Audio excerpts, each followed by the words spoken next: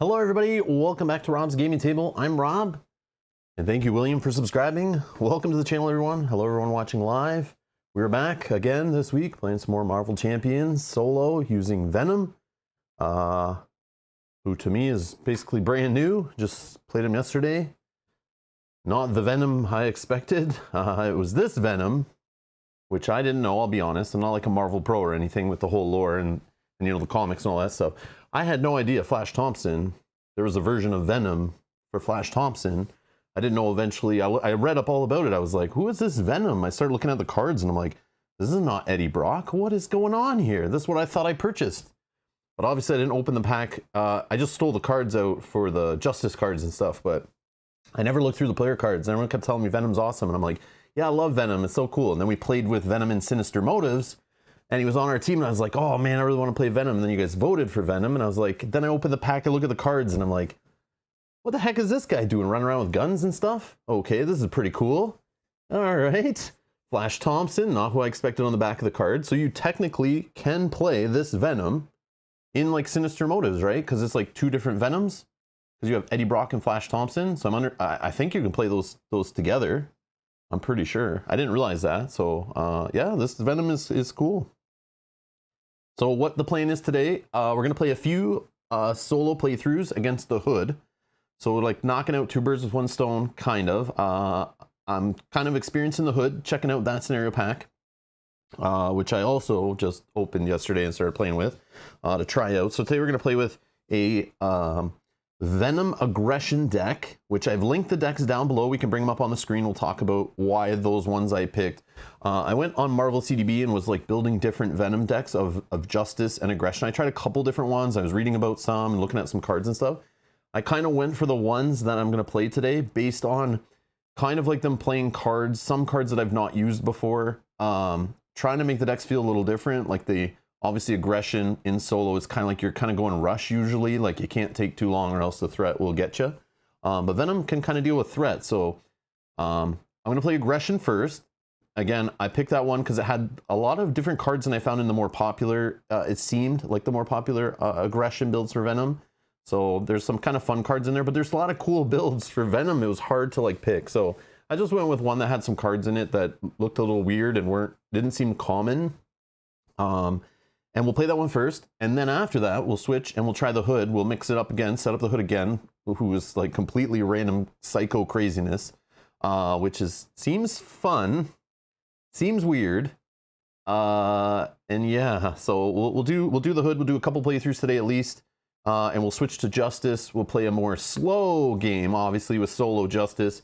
We're gonna play the whole thing I've liked recently in Heroes is the whole idea of flipping to alter ego. Kind of staying in alter ego a little bit more than you normally would. So I'm pretty sure the Aggression build will be basically in hero form, kind of racing through it, I feel is how it's kind of designed. And then the Justice one will play more of the slow game, keeping threat under control, seeing if we can survive the Hood's craziness or if it will just like overwhelm us and we'll lose before we can win. So but either way, I want to have some fun playing a couple decks, and I guess we can kind of go over the decks. Hello everyone in the chat. Hello. Billy says the comics are fun. Great run in the comics. Yeah, like I had no idea this Flash Thompson thing, and like I was reading about him online. I was just like, okay, tell me more about Flash Thompson. Like I just know him as like kind of like the bully with Peter Parker or whatever in school. Like I didn't realize he became like in the military, you know, and then like lost his legs, and then he's on like some kind of super soldier program taking like, I don't know, it's like drugs to keep the Venom symbiote under control. So he's like, it's like kind of different. I don't know. It made me very interested. But then he's like a weapons expert kind of thing. So it's like Venom with guns is how I understand it. So that was kind of neat. And it's funny because I played a deck recently with the Sonic Rifle. Who was that for? Oh man, I'm blanking. Oh, I'm blanking. What did I play last week? Black Widow. Black Widow with Sonic Rifle. And Sonic Rifle I didn't realize was from the Venom pack. And I was like, oh, the Sonic Rifle is super fun. I didn't play it on stream, but I was playing it before. And it was like, it'd be fun to play a deck around that. So it's kind of cool that the weapons, it's Justice, you know, kind of fits with the confusion and all that stuff in Venom. So that kind of drew me to it too. It was like, that was neat. But yeah. Venom with this arsenal of guns. Yeah, so weird. Brant's here. Hey, Brant. This Venom is pretty OP in solo mode, which I only played a couple games yesterday. Actually, I played like 4 games, I think, because I would build a deck, try it out, and then go build a different one, like you'd net deck it basically, and then try a different one. And then the hood. The only part that was annoying that stopped me from playing too much was resetting the hood. So the hood's like just putting in random modules. It feels like a deck building game. Like by the end of a playthrough against the hood, you've shuffled in like so many cards. And if you want to play the hood again to reset and play again, which usually is pretty quick in Marvel Champions, especially solo, you have to like dismantle all the different modular decks you shuffled in the hood, which when I started doing that, I kind of got like, okay, I need to take a break. I don't want to be shuffling the cards, like separating them out and then playing right again. So I would separate them and then be like, okay, I'm good for now. Walk away, do some other stuff, come back and play again. But I probably could have played a lot more games and test out more decks if the hood didn't require so much resetting. That was personally annoying to me. So probably only played 2 games today for that reason, but we'll see. But yeah, he felt very OP in solo. I agree. He covers a lot of bases, right? Which is what people were explaining to me over the last year. Every time we play Marvel Champions on the channel, they're like, Rob, go play Venom. He is great solo. He has the whole build-up, the alter ego thing. The, weapons are kind of like the build-up of cards in play to build up his, like, arsenal. A lot of heroes do that, right? But good with Justice, and, Justice is like my favorite. And, of course, at lower player counts, you kind of need Justice to be on the table. Dan says, Expert 2 or Chicken Mode? Okay, listen here. All right, we'll see how time's going. Maybe we can throw in some of that crazy, wacky stuff if I even brought it downstairs. Did I bring it? I don't think I brought those. I think they're upstairs. You know why? Because people kept telling me just throw those in the garbage. The Expert 2 and Standard 2. So I think they're just in the box. I don't even know if I sleeved those when I open the hood, but I don't have it here with me. But I'll go grab it if like we're really fast on like our first couple playthroughs, and I'm interested to actually clean up the hood and set them up again. We'll see. But the hood is cool. Like in theory, the design seems cool, but I don't know. It's just wacky, random chaos, which is kind of neat. I don't know. It's kind of neat. Don't forget about using it. Got a lot of amazing cards. Yeah, the hero ability, I like with Venom. We'll talk about that in a sec, but the whole like getting wild resources for damage is super neat. Super neat. He has a Mary Poppins bag of assault weapons to solve whatever his problem is. Nice, Yogi, nice. Rocket says, love the hood, but yeah, resetting was the worst part. Still, it's worth the effort in my opinion. It is if you're going to play like a couple playthroughs in a day. But like I had the day yesterday was to just like, let's grind out Venom, try different builds, different cards. But like I did the week before with the Once and Future Kang, I did the same thing with Black Widow. I did it over more days though. But this I was like, I'll just do, Monday, chill. I'll crack open Venom, crack open the hood, learn them both, build some decks, go on the net, search up some cards, that I've never played with before, find some decks with those in them, and just play them and try them out. And then get what feels good and then just play it on stream and see. But it was like just a resetting, kind of like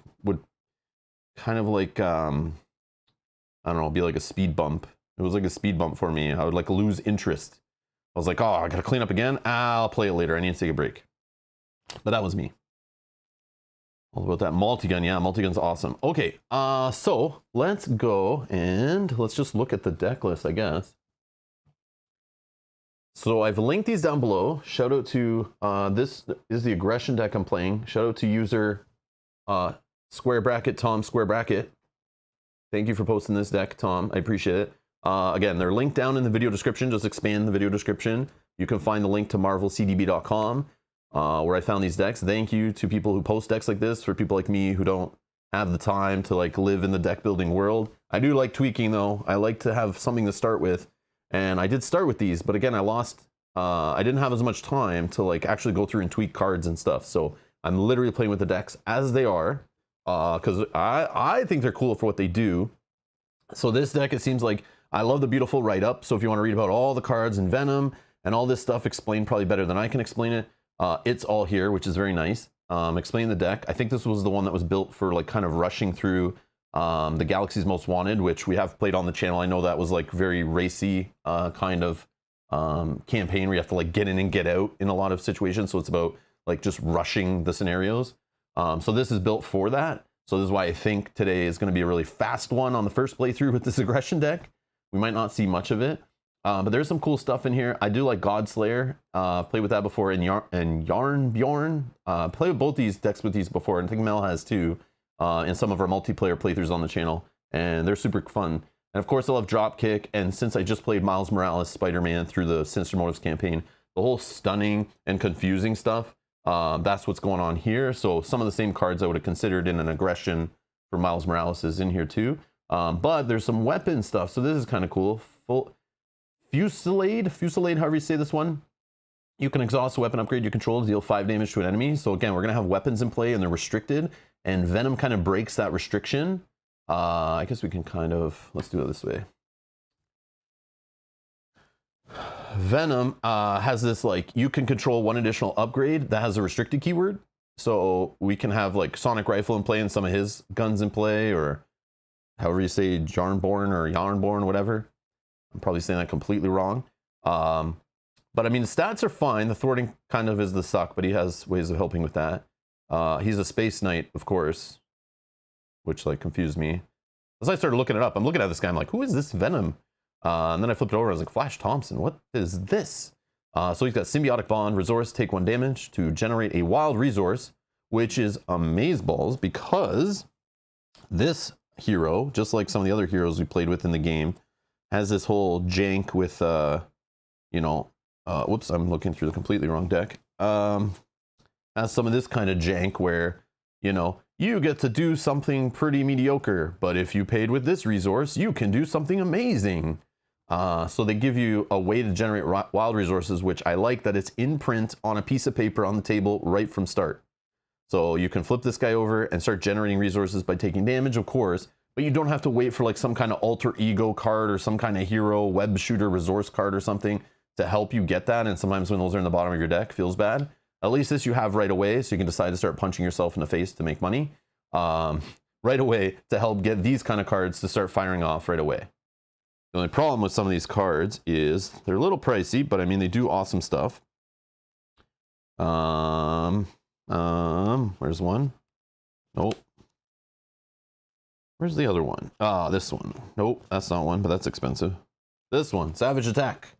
So we have like Savage Attack, it's the same, like do to 5 damage, but if you play with a energy resource, it gains overkill. So if you're punching mini minions, weenie minions, you can get some overkill on the boss. And I think there's one more. Oh yeah, right here, Grasping Tendrils. So this is like a hero interrupt, so villain phase, you're like a little defensive, which is kind of fun after seeing Ghost Spider doing her craziness and Black Widow doing her craziness when against the villain, kind of, you know, slapping the villain with their own hand. This, when the villain initiates an attack against you, you can cancel that attack. If you paid for this using physical resources, stun the villain. The only problem is, I can't do this, right? No. Oh, I can, right? Because this is a resource action. I could do this. Can I do this in the villain phase to generate that resource? Because it does say limit once per phase, which gives me the feeling I can do that. Because you can do resource stuff while you're paying for a card, right? Let me know if that's wrong. I haven't done it that way yet. But can this be used in the villain phase once to help pay and make a physical resource if I need one out of the wild? Yeah, I never realized that and thought to do that. But usually I have this resource in hand or a wild in hand, so it doesn't matter. You totally can? Oh, amazing. Okay, good. I just never thought of it and like tried to do it, but that helps. Okay, that helps. Cool. Wow, this guy's awesome. All right, cool, cool, cool. I always think like these things on cards, I'm always like, you usually can't do it in the villain phase, right? It's like, you know, you're looking for interrupts, but that makes sense. It's a resource. Okay, cool. Perfect. You guys are funny. Okay, so I can use it once in the hero phase, once in the villain phase. Okay, punching myself in the face to produce cash. Okay, then we got Flash Thompson on the back. Supposedly his legs were blown off with like a grenade or something, or like a bomb, and he has like these like super, you know, like bionic legs or something. and then add that with like a Venom symbiote and his weapon expertise, man, we're talking awesome sauce. All right, so he's got this arm and ready thing set up. This is a little scary. This is scary. This is why we put other weapons in our deck. In my first game with Venom, I had 3 weapons in my hand on my first draw. And then I was like, oh man, how many are even in this deck? And will I just discard like half my deck or all my deck looking for them? Luckily, it was only like 3 or 4 cards down was the next one, but this is one of those scary setups, right? Where you start discarding from the top until you find a weapon upgrade. But it's like, you're just gonna get through your deck really fast if you don't put enough weapons in, kind of, right? Before recovery, because again, you need nice recovery. He's got 12 health to help with punching himself in the face and generating resources. So seems pretty solid on his own, which makes him a good solo hero, I guess. So far from my plays, but as people have been recommending over the last like year since he's been out, that yeah, he's somebody that you should play if you're playing like low player counts for sure, and great with Justice. So back to the deck list. I think we covered everything that like, there's a lot of cool stuff in here, but again, you can bring it up and look, but there's things in here like this, where is it? Side holster, which came with Venom. It allows you to control 1 additional weapon upgrade that has a restricted keyword. So now you can have 4 of them in play if you count the restricted limit of 2 plus his hero/identity ability or whatever, plus side holster. I haven't had a reason to get up to 4 yet, but with this deck especially because it kind of goes quick, but maybe we'll have that happen. It has a bunch of Guardians in here because I didn't realize that's why this guy was released when he was, because he does have the Guardian trait on his hero side. So then you can play some of those, you know, Guardians of the Galaxy or whatever that we were playing before, but only when we're using like Star-Lord or Gamora or whatever. I didn't realize he was part of that line, but yeah, it makes sense. I didn't realize he was tied to that, right? Because just I know Guardians from like the movies, so I didn't realize like Venom had a tie there or whatever. But he is also a Guardian, and yeah, so we have Rocket in there, Drax. This Blade is in here, who I don't think I've played with Blade yet, so that was another thing that drew me to this. After he thwarts or attacks, you got to spend a physical resource or discard him. But he has the whole like 2 attack and only costs 1. But then obviously it costs to keep him like on the table a couple times, but it's still fine. But yeah, Venom's cards, man, they're just cool. Like he just has ways of dealing with a bunch of stuff. But of course, the best card is this one right here, Project Rebirth 2.0. If we can find this card, much better to show it this way. Where are you?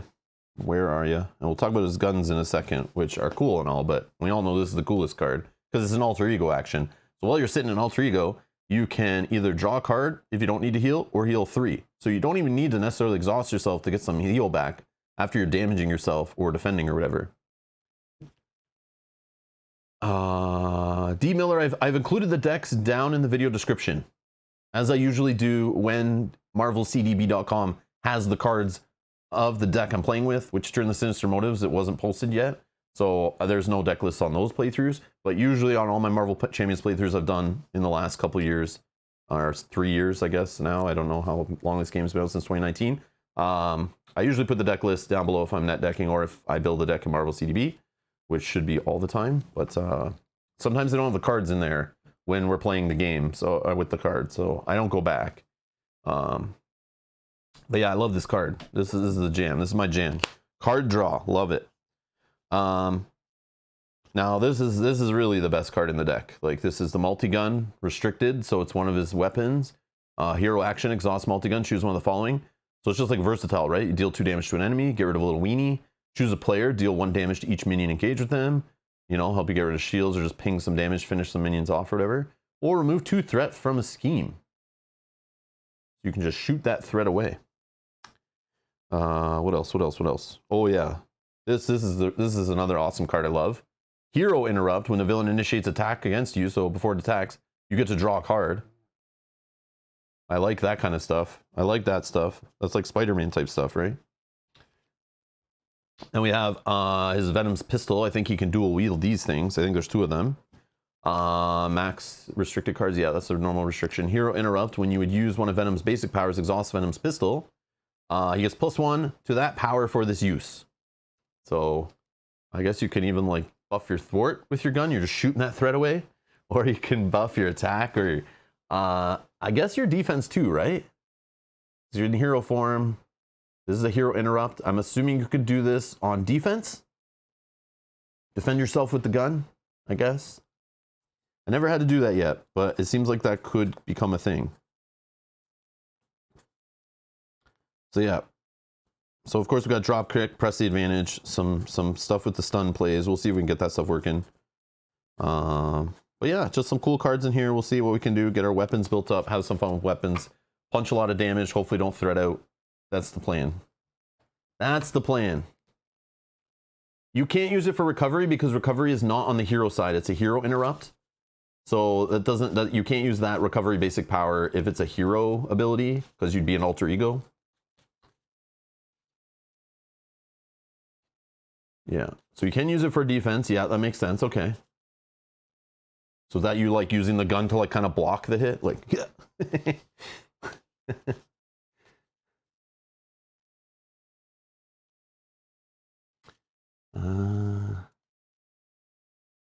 So oh yeah, that's what I want to talk about. I want to talk about the Nemesis. Thank you for the reminder. Oh man, yeah, Billy. Okay, so when I first, his obligation is really cool. So when this comes out, it's not like the standard, like, yeah, you can exhaust Flash Thompson, take 2 damage to discard it. Okay, but this is the cool part. Put 1 set-aside copy of Enraged Symbiote, which I didn't realize in the Sinister Motives. It's like, they just reprinted this card in there. I didn't realize that. And I'm kind of like noticing that in this game, they keep reprinting the same enemies, which they did in Lord of the Rings too, but you put 1 set-aside copy of one of these jerk faces into play, which has guard, patrol, 2 health, just a little annoying weenie, right? But if you cannot, so if they're already in play or shuffled in the deck or whatever, the card gains surge because you only grab it from set aside. So my understanding is if you already had all your Nemesis stuff pulled in and you've like dealt with them, they're gone, they're in play, whatever, this card just gains surge and then it has a period. So you still just discard the obligation. So it seems like you can choose this side, do the surge if you can't satisfy this and still get rid of it, which is kind of neat. Okay, it's just different. It's just different. I like it. And then he has 4 of these Enraged Symbiotes, which I think is so cool. And 1 side scheme. Threat cannot be removed from the scheme while a symbiote enemy is in play, or symbiote, whatever. So you're getting an extra encounter card. But I love the way it comes with 4 of these guys. So it's not the usual standard, like 1 big baddie and some annoying treacheries and a side scheme. This is like annoying minions just like swarm you. So hopefully that doesn't happen like turn 1 or I'm gonna cry. They're all like little nice easy weenies, but if you don't have your guns and stuff set up, we might have a little trouble maybe. Because then we'll be drawing extra encounter cards off this. But I just thought it was neat. That's a neat little side Nemesis deck or whatever. I thought that's neat. The best defense is a good offense. Jeremy, I like the way you think. Oh, D. Miller says, his Nemesis comes out at the worst time for me. It hasn't for me yet, but of course, since I turned on all the cameras and started live streaming on the internet, on YouTube, of course it's going to happen to me today, where he's going to come out, those minions are going to swarm me at the wrong time, and I'm just going to be like, damn it. That's how it works. That's how it works. You put on the live stream, and it just, yeah, all the stuff goes wrong. The acrylic card holder, this is from eRaptor. I don't know if they have these anymore. Some people messaged me, said they're trying to find it still, but it's like the perfect height for like big card games like Wingspan or like Terraforming Mars, these games that have like giant decks.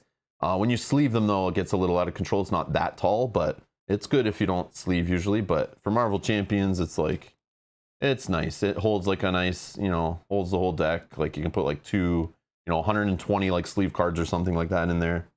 No, not 120. Maybe like 100 sleeve cards or maybe like 80 or something. I don't know, somewhere in between there. I forget. It's been a while, but I like it. Works for a lot of games. Just keeps things organized. I'm sure there's other brands and companies out there and stuff that sell them. Maybe like wood versions and stuff or 3D printed stuff, but yeah, this one's just really solid. It's just like really solid, heavy acrylic. It like, you could hurt someone real bad with this thing. It's like very hard, very sharp, but does the job. And then this thing's just a Uber stacks. They should all be linked down in the video description. Should all be down there. Should be. But might not be.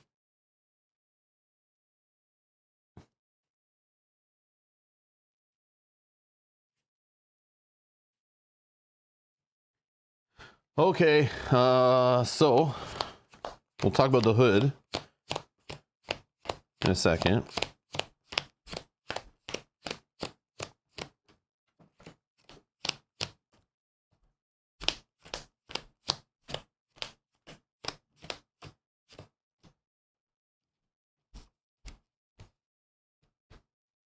So I don't know the hood and who the hood is, but my understanding is this guy just likes to rally help from other criminals, other villains, you know, find other bad dudes to like join up and, you know, overwhelm, I guess would be the thing, or team up. And he kind of acts like a leader or something is my understanding. I don't know. I don't know this guy or what comics he's from or whose villain he is. I have no idea, but we're gonna talk about him mechanically, I guess, here. Okay. So the hood. I don't know when I shuffle this in. I don't shuffle this in yet, right? We gotta set this guy up. Then we'll shuffle this in. Okay, so for the hood, making connections. So we're gonna play with the hood 1 and 2, just standard, and the standard encounter set. So we just have the hood set, standard encounter set, and then for setup, you choose 7 modular encounter sets and set them aside. So what I've done, I don't know the best way to do this, but I got my other card holder here. Where did those just go? Oh, right here. Okay. So I have another card holder here, and basically we're choosing 7 encounter sets. So if I look in the book, it comes with 9. Okay, it comes with 9 encounter sets. This is what somebody was telling me last stream, was saying this is really cool, that you get so many modular encounter sets, and some of them are real neat, and you can mix them in with any game. But you can see there an increasing difficulty. And they say if you're just playing on standard, grab the first 7, okay? Or you can do it random, okay? Or you can do it random. So what we're gonna do, I don't know, I guess, I mean, I could just randomly eliminate 2, I guess, but I have all 9 of them here. I just put them in a card holder so we can kind of grab them quick and hopefully make setup and tear down a little faster. And as you play, you need to keep adding in modular encounter sets as we go. So we'll just roll dice and like randomly pick, I guess, is the way I was doing it before. Oh, moderate difficulty is 2 to 8. And then higher difficulty is 3 to 9. But here's what I'm going to do. I think I'm just going to keep all 9 available. And whenever we need to take one, like the one we need to take during setup, I'm just going to have 8 of them here. I'll put the 9th one just kind of sitting on top here. We'll roll a D10, and that's the one we get. So I'm always going to have 9 available today, and I'll just keep pulling from this pile as needed, randomly. So they're all just in here randomly or whatever, all the different sets. And that's how I'm going to roll. And I can't really tell what they are from a distance because they're like, I haven't played them that much to know. So it's going to be a surprise. I'm just going to take a random one off screen, flip it face down, and we'll shuffle it in and just see what happens. I don't know. I don't know the best way to do it. I don't really care about like setting it up, figuring out difficulties and all that kind of stuff. You can choose. It does say you can choose. Or if you want, you can do it randomly. We're going to do it just randomly. Let's go full in on the chaos. Let's go full in on the chaos. And we'll just see what happens. I don't know. But then you could choose one set at random, shuffle it into the deck. So let's do it. So we're not going to know. I guess I'll know because, oh no, I only know by number. So what I'm going to do, I kind of leave them sitting here. This is what I was doing yesterday. I just kind of go like, I'll do like 1, 2, 3, 4, 5, 6, 7, 8, and like 9. And then I'll just pull them in quick like that. And then I just put them back however after, and they're like in a different order. So it's like just crazy. I don't know. Okay, so let's do that. Let's just shuffle or roll a D10, which I did put out here somewhere. The D8, D10. Where are you? Right here. D10. Yep. Let's do it. Let's find out. So if we get a 0, I think this one only goes to 0. So we'll just ignore the 0 and we'll roll again if we need to. We got a 3. So 1, 2, 3, boom. This one's in. Okay, so I have a hood and standard here. We'll shuffle that in. Start with the environment one. No, let's get crazy. Let's get crazy. It says you do the starting one randomly, right? You can choose the 7 or do them randomly, but then you choose one at random to throw it in. So I think it's funny. And I saw some complaints online. I remember before when I was researching the hood. So there's some complaints where like, depending on which one randomly gets shuffled in, you could just like lose turn 1 kind of, where it's like, it just gets out of control. Let's get nuts. You guys, most of you already played the hood, so like, who cares? Like, I'm just gonna do it crazy. I don't care. Let's just have fun. So it sounds like Brant on his stream said last time we played the hood, we used Sinister Motives modulars. Right off the bat, we get the Sinister Assault modular.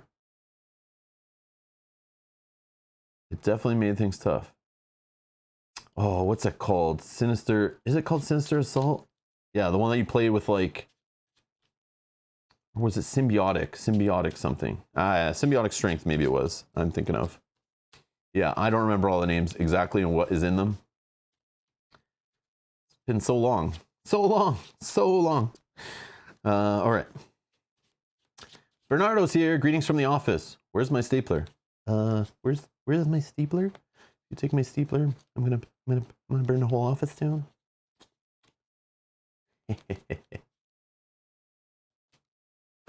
Dan says a pro move would be to gather all the modular sets, roll a D45 or whatever.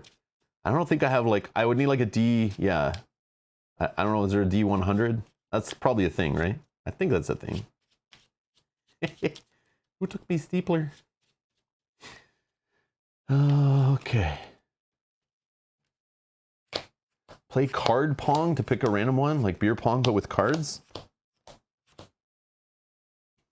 What?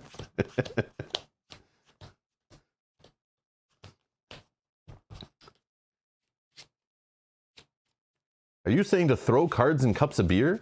Or are you saying take a ping pong ball and throw it at cards? I don't know which way you're thinking here.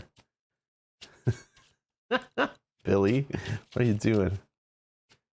Random modulizer app probably exists. Yeah, but it's probably not up to date.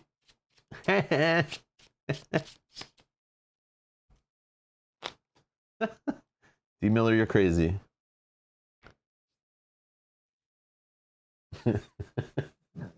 Trying to have fun. I don't know. I think I'll have fun today because I feel like Venom's OP, but hopefully the hood spanks me around a little bit. I think it'll be funny. I think it'd be hilarious to like lose in like turn 2 just because like the crazy randomness of this guy going nuts. I would be happy with that. I think it'd be funny. Okay, so let's throw this here. What else we have to do? Flip this, right? So we have making connections. So this is annoying. I hate seeing like 7 or less in solo on these schemes. Main scheme here. So the hood is recruiting an army, convincing various villains that they are stronger together than they are apart. So this guy's like a, you know, crazy like war leader guy here, or like a head mobster or something. When revealed, each player must resolve the hood's foul play ability in player order. Pretty sure this is now before I draw my cards. So hood, let's check out the hood. So this is level 1 on the hood. Man, this guy, look at him. He's a joke, right? One scheme, one attack, but he's got all his buddies involved, right? So, you know, he's one of those chicken crap leaders. That's, you know, everyone else does his dirty work. But foul play, special, discard the top card of the encounter deck. If that card does not belong to the hood encounter set, deal it to yourself as a face down encounter card. And this is where it could get psycho, I think, from surging into other hood cards that make you do this ability again. And we could just have like a whack ton of encounter cards, is my understanding. This guy's basically like surging, but like you could miss on the surge. It's weird. Okay. And the cool part is the modular encounter sets that go in are random. And then it's like randomly you grab certain cards come into play at different times. So I love doing it like hidden too. So I have no idea what's going to happen, what's going to come out. And it's just fun. But it's crazy. All right. I think we can shuffle this in now, right? We'll shuffle our obligation in there. Oh no, I gotta do the ability. Let's just do the ability. So it is a hood card. So we'll just discard this, right? Yeah, then I'll shuffle. I'll shuffle. Yeah, yeah. I just didn't know my obligation. I think it goes in after. I think. You need the core. Oh, Bernardo, yeah. Bernardo says dumb questions. Not dumb. Not smart, but not dumb. Just kidding. Are Marvel Champions standalone modules? Are Marvel Champions standalone modules? Or do you need to buy the core? You need to buy the core. Everything else is like an expansion.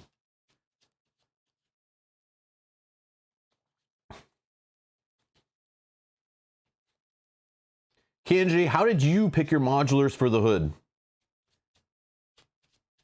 I'm curious. Did you like grab like 1 through 7 from the difficulty, or 2 to 8, or did you do random out of the 9? Did you pull other ones out of your collection? And then on the first one that went in, did you pick the like lowest level one, or did you just randomly do it like it says in the instructions? I'm curious. I'm curious. You're saying it kicked your butt every time. Because I think that's so fun. Like, I don't know. We'll see. Hey, Matouche. Random? Okay. Random from your whole collection? Alphabetical order and RNG. Wow. Okay, that's cool, Matouche. Ultraviolet says, look at the hood. Who would follow a guy like that? Green sweater and a red cape? So bad. Yeah, I know. Like, his fashion sense is like all off, right? Okay, so that's good. Obligations in there. Let's shuffle our deck. I don't think I did already, but I will do it again. Kill some time. There seems people still rolling in. Still rolling in. Again, the deck list is linked down below. Thank you again to user Tom, with Tom in square brackets. Thank you for posting that deck and the awesome write-up. Everyone who posts decks on there, I appreciate it, because there are other ones I looked at and played with and built and stuff. But I settled on Tom's.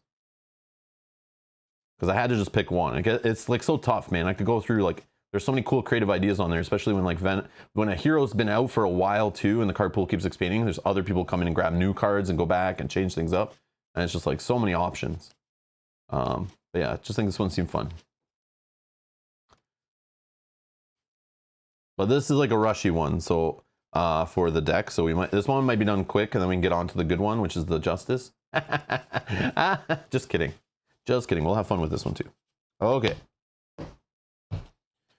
1, 2, 3, 4, 5, 6. Okay, we have 12 health to start.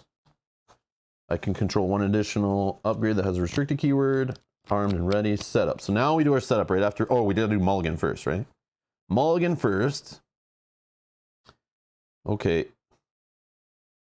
So here's the problem.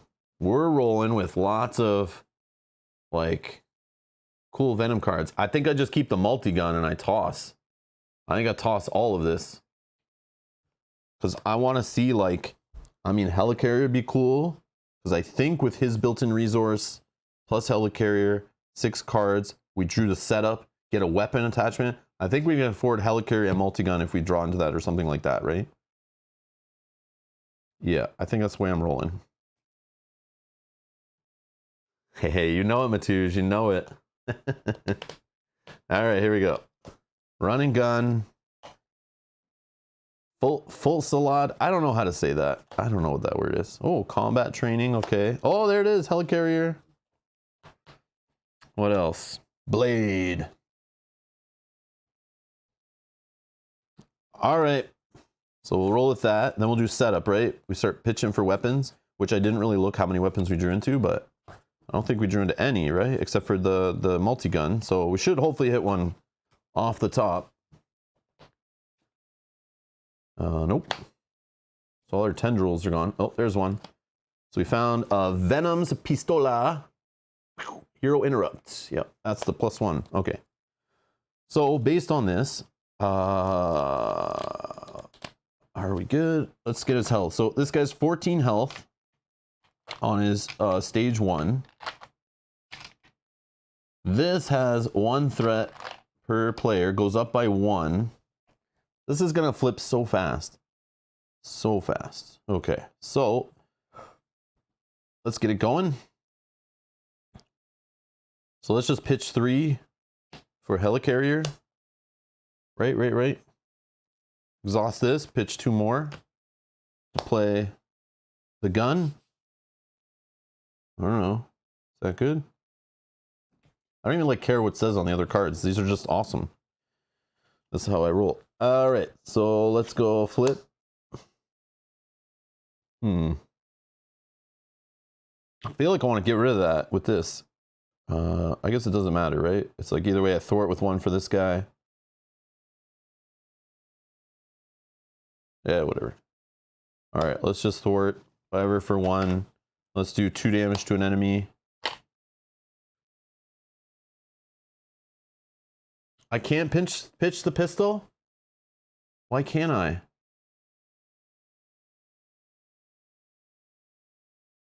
What happened?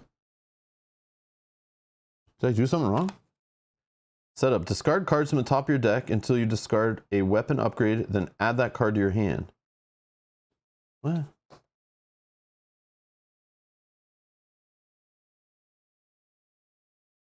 It's actually supposed to be random. Why would you pitch a pistol? You can't pitch the pistol. Use his ability instead. Because it's dumb? Oh, you guys are just saying like for strategy wise, like I should just take a damage and hold this or play it or whatever? No, I have to hold it, right? But this pistol's like, it's okay. But like I have other weapons in the deck that like I'm okay with playing. This is kind of like a, you know, like I know it's good, but it's like, so you're saying hold this? But doesn't he have 2 of these? Like, I don't know. I've never needed this one to like win a game. Like I have the other weapons in here that are I think better. Like the either the yarn born or whatever, or the sword one, right? Keep your gun. All right. I don't know. Like again, I'm a noob, but I don't know. It's essential? Wow. Man, I never lost a game. I wasn't going to talk about it, but like Venom like wrecks this thing no matter. I put in like the hardest modulars yesterday, and like this deck just like races and rushes through, and I never needed this card. I don't know. Maybe I'm doing something wrong. Yeah, that's weird. Okay, sure. I'll hold it. I'll take a damage. I don't know, guys, though. I feel like you can kind of play it how you want in this situation, but I'll take your word for it. I'll take your word. It's good because of run and gun. Yeah, but is run and gun really that good? I mean, that's still good, but I don't know. Just +1. I guess it's +2 in the run and gun situation if you have the money. Yeah, weird. Okay. Actually, I'm gonna just roll with it the way I was doing it. I want to test it out, right? I want to test it out. I'm gonna throw it away. I'm not gonna damage myself. Then I'm gonna ready up. And I'm gonna go 1, 2, 3, 4, 5. Yeah, it's funny because like if I hold cards, I get comments of like why you're holding cards, but then I throw away cards without looking at them, and I get in trouble for throwing away certain cards. I can never win, but I'm just gonna roll with it the way I'm playing it here. But I do appreciate the feedback. But yeah, just my experience is this is cool, but like I don't know. I know I can just heal up later and stuff, but so like hitting himself for resources is great, but I find I just do it every turn, except for the first one. Might be okay. Okay. The other thing is this card. I don't think I usually get it this early. So playing those guns slows me down from playing the other ones, right? So, yeah, seeing this early now, I kind of regret that, of course, because now I can play this, but then again, like now I don't need to play this as much, right? Okay, anyways, let's roll. So we need threat. One here. This guy wants to attack me. I am going to, I guess just take it. Let's just take it. What do we get? So we get hit for 2, down to 10. And then 2 down to 10. And then we need an encounter card. Oh man, our obligation. No. All right, so I may flip to alter ego, but I don't have to. I'll just put the enraged symbiote into play, right? Yeah, let's do it. And then I'll discard this. Oh, it's discarded both times. I just realized it doesn't remove it from game. That's cool. Ah! Until he gets side holster, yeah. See, my experience, I just never see this right away, so it's like, eh. Dan says he ditched pistol, unsub. Get out. Can we have a poll? Get out of here.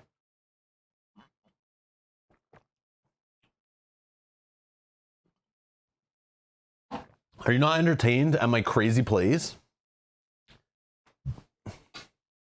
A hive mind has spoken. I'm sure there's lots of other Marvel Champions channels you can go watch where people play Venom correctly and strategically accurate. But welcome to Rob's Gaming Table, where I try to provide different content. As Zach supports. Zach, thank you for subscribing. See, somebody's on my side here. Thank you, Zach, for subscribing. Welcome to the channel. Woo. Okay.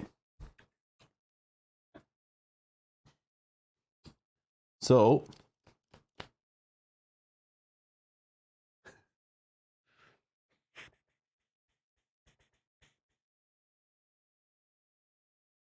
all right, so let's continue.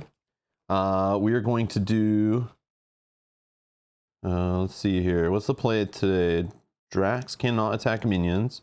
Play if we have, so we got to play Drax before we flip if we're going to play Drax, but I do like Spider-Man. I have some experience with Miles Morales Spider-Man to do a big fat hit on his play. Of course, I have a power regression. So I have none of his fancy cards. I basically pitch most of them.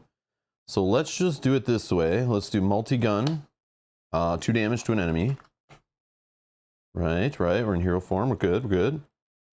Then we are going to pitch. Let's do Helicarrier. And we don't really need these right now. I'll play Spider-Man. We'll choose attack. Or maybe it's better for Drax actually in the long term. He does like a lot more. Yeah, let's try that. Although he can't attack minions, which is a little scary, but it's fine. Yeah, let's instead play Drax. I want to try Drax. I don't have much experience with him, I feel. But this guy played a lot. So Drax will come in. Let's just hit the villain for 3. Okay. And then we'll hit the villain for 2 more. I guess we'll just play a side holster because we can't, even with his ability, we can't afford the extra. Yeah, let's just throw a side holster in. Yogi with the super chat. Thank you, Yogi. Yogi with the support. If you pitch Venom's second pistol, I'll donate $10. No problem. I'll do it just to piss people off in the chat. It's just for that reason alone. No, I'm just kidding. All right. Spider-Man's good. Spider-Man's good. But do we flip? I don't think we flip, right? We're still only at 10. We're at 10. Yeah, I don't want to flip because this. So let's just ready up. Now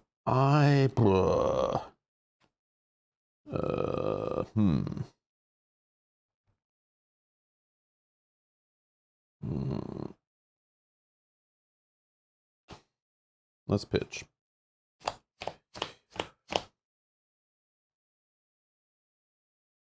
Okay. All right. Overkill. Okay. So we got Press the Advantage, Savage Attack, Project Rebirth, and a couple dual resources in Genius and Energy. So this will go up. This guy wants to attack me. Fight me, bro. Fight me, bro. Now that I see this, I kind of don't care and let him go unopposed. But I could defend with Drax, but I don't think so. Yeah, no defenders. No defenders. Did I forget to add threat on turn 1? Didn't I remove the threat?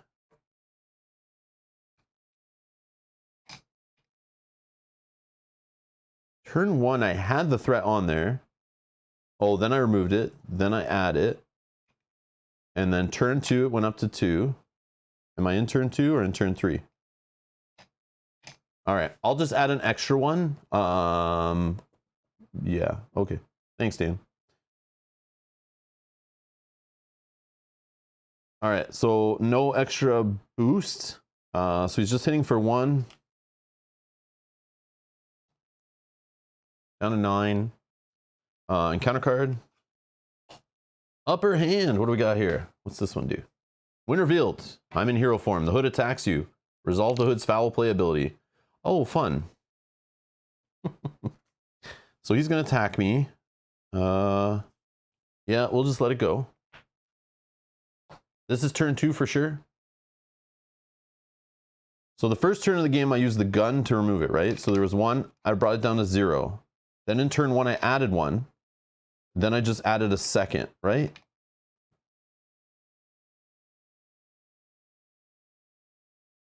Because I know I used Venom to remove that 1 at the beginning, right? Okay, I don't know. So no defenders is 3. Down to 6. Okay, then he's doing his foul play. Discard the top card of the counter deck. If it doesn't belong to the hood, it's face down as an encounter card. It belongs to the hood. Oh, another upper hand. Get out of here. Get out of here with these cards. Okay, so we're done encounters. Okay. I don't know. I want Project Rebirth into play. That's a for sure. I guess we just do a savage attack for 2. Doesn't matter about the overkill stuff, right? Deal 5 damage to an enemy. Blah, blah, blah. All right, 5 damage. Okay. Just stopped in to say hi and good luck. Brian, thank you so much. I appreciate it.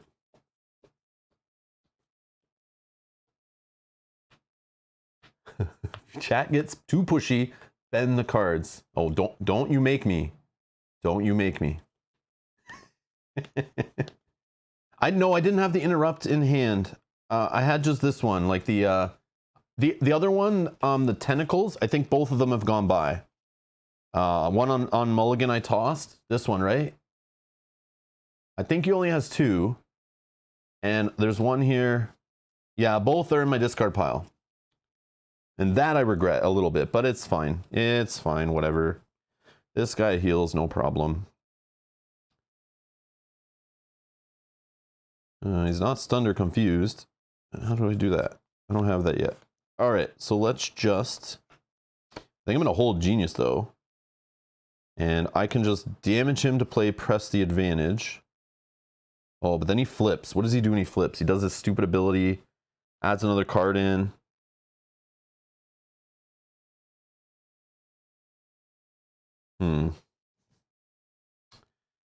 What do we do? We do have a card draw possibility, but then we won't be able to do hero attacks anyway in this one, so... Let's remove 2 threat from a scheme. Let's press the advantage with damage. Okay, so he did his resource, 1 wild.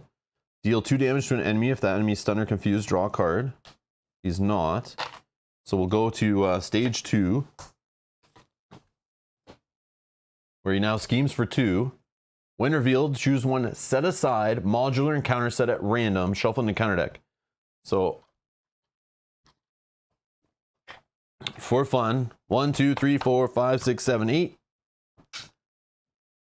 And we got 1. So this one, whatever it is, it's in. Which you might know, I have no idea. For every pushy comment, unsleeve 1 card. And then just like shuffle aggressively with it. Oh man. It's all good, it's all good. I love it. I love it. No, keep it up, guys. It's all good. I appreciate the strategy suggestions, so I do. And you guys know I said right at the beginning, I'm a noob, especially with the Venom stuff. I only literally put sleeves on his cards yesterday and started playing with them. And same with the hood. Same with the hood. Only yesterday. So I'm new. I'm late to the party. I do appreciate the suggestions. But just in my limited experience of like 3 or 4 playthroughs, I just felt those pistols weren't the hotness. They're great. When you have them, it works out. But like, I'm looking, you guys know how I play. I love building up. And yes, the gun is a build up card, whatever. But I just want to get this gun down. I didn't want to hold the card at that point. I wanted to dig for this. I like having this in, or the other one that draws cards when the villain attacks me. In my mind, those are 2 cards that I don't care what I'm pitching, what I'm doing. I want those 2 cards in play. But again, I'm playing an aggression rush, so I probably shouldn't think that way. I should just go damage, damage, damage. If the card doesn't say damage, I should not care about it. But for me, I like a little bit of slow play. I like the card draw, the healing in this guy. I want to kind of play into him a bit, and we'll do that more in the next playthrough when we pull out the Venom Justice later in the stream. So I should stop probably playing like I'm playing Justice. So I admit my faults, I do. But I think it's funny, you know.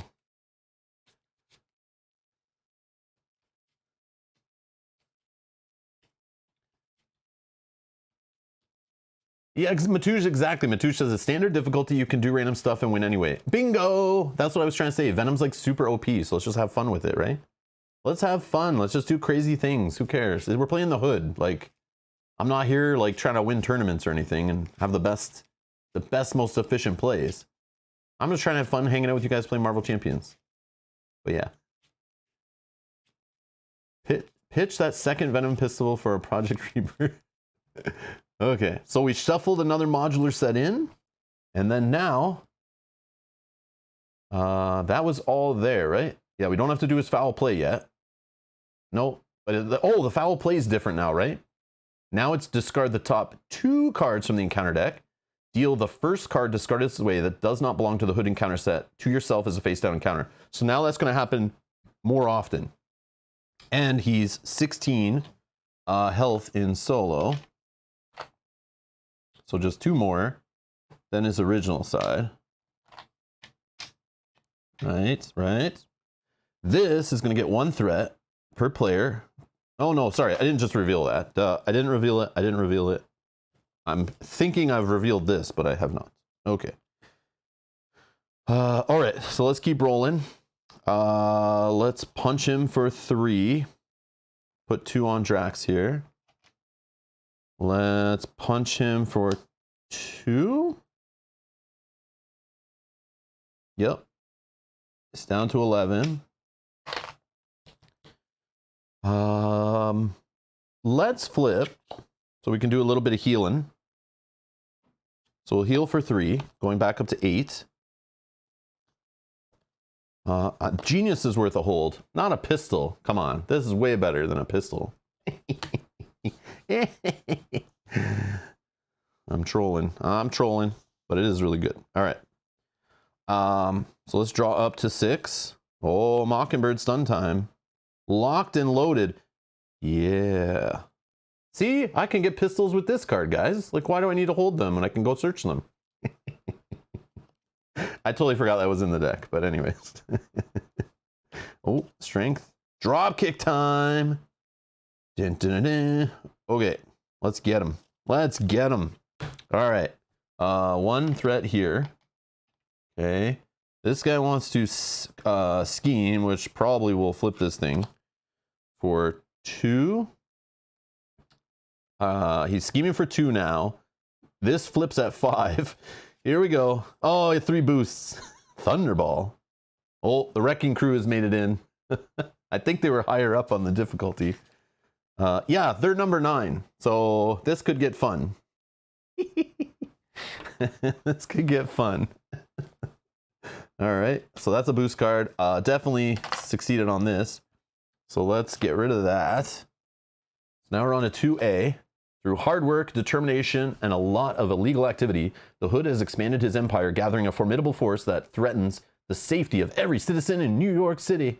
When revealed, choose 1 to set aside, modular, encounter set at random. Feels like we do this like every turn. Then shuffle it into the encounter deck, place 1 acceleration token on the main scheme. Okay, so let's do another random. So we'll do like 1, 2, 3, 4, 5, 6, 7. I should probably just put these face down because I don't need to. Yeah, let's do that. Let's do that going forward. Here, we'll do like this. Now you don't know. Where is it? Where is it? All right. Yeah, that's funnier, right? Wow. Ugh.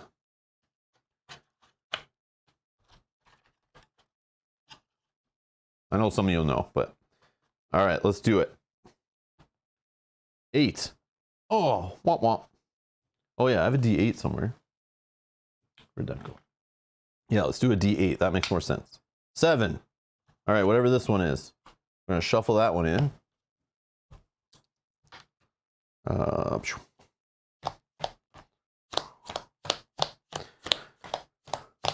Like the mechanic's cute, but if you don't like shuffling every single turn over and over again, and then dismantling it after you're done playing, is kind of annoying. Boost response. Couldn't read it fast enough. Do I have? No, I don't. I don't have any kind of stopping the boost. It was just this one that had three extra on it, right? Hey, Greg.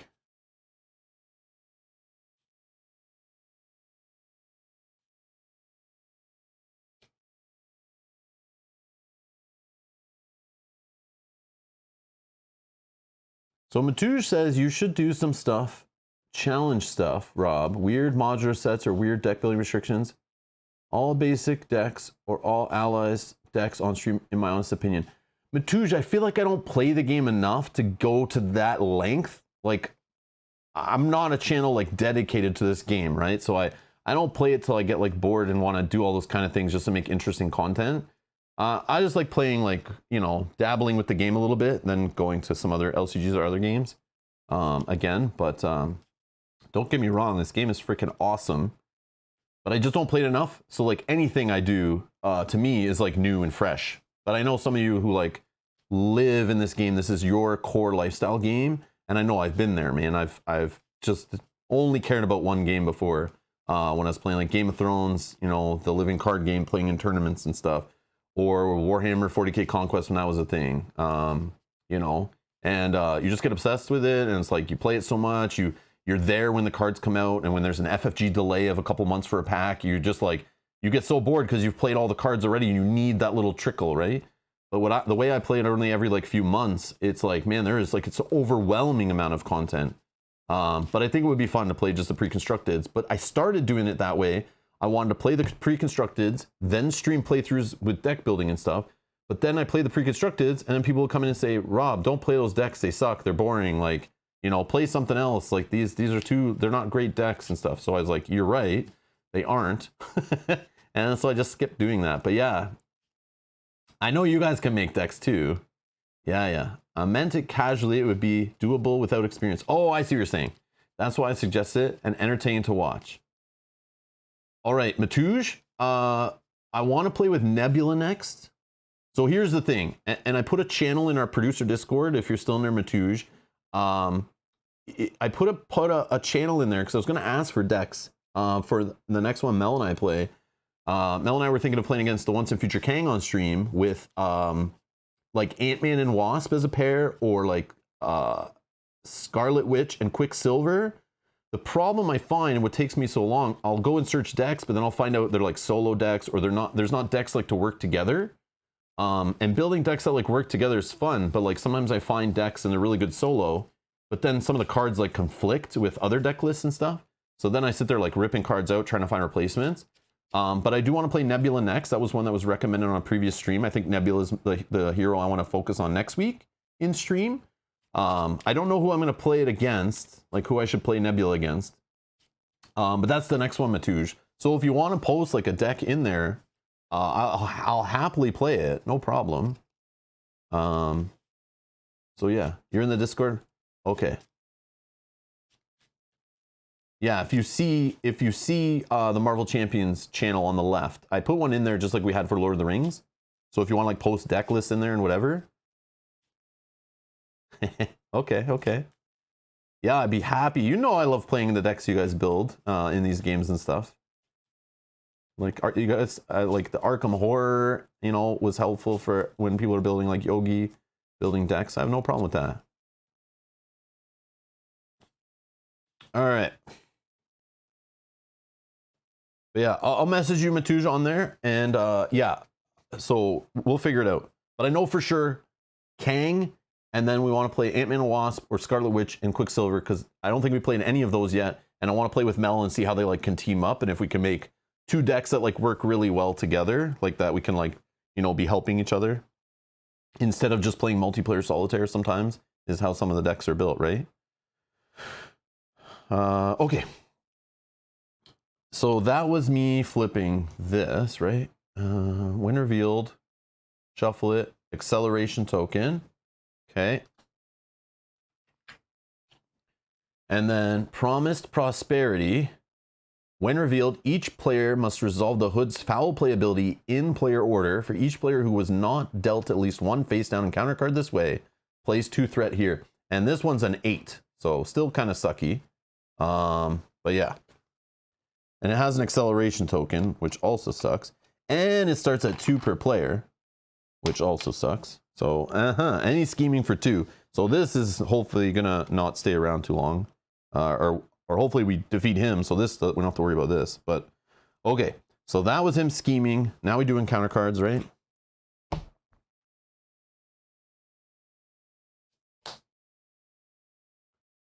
And then we have Streets of Mayhem is in here. So we have a sewer tunnel, and this is surging. When revealed, discard each other's setting environment in play. So I guess we can only have one setting. And then each character in play gains retaliate 1. Oh, these are ones that like, I get retaliate and the villain and minions and stuff. Everyone gets retaliate, right? Allies, my identity, right? All of that's characters, like both sides of the table, right? Pretty sure. Yeah, like he's a character, minions, allies, and my identity, I think are all characters, right? So everyone gets retaliate 1, just adding some chaos, right?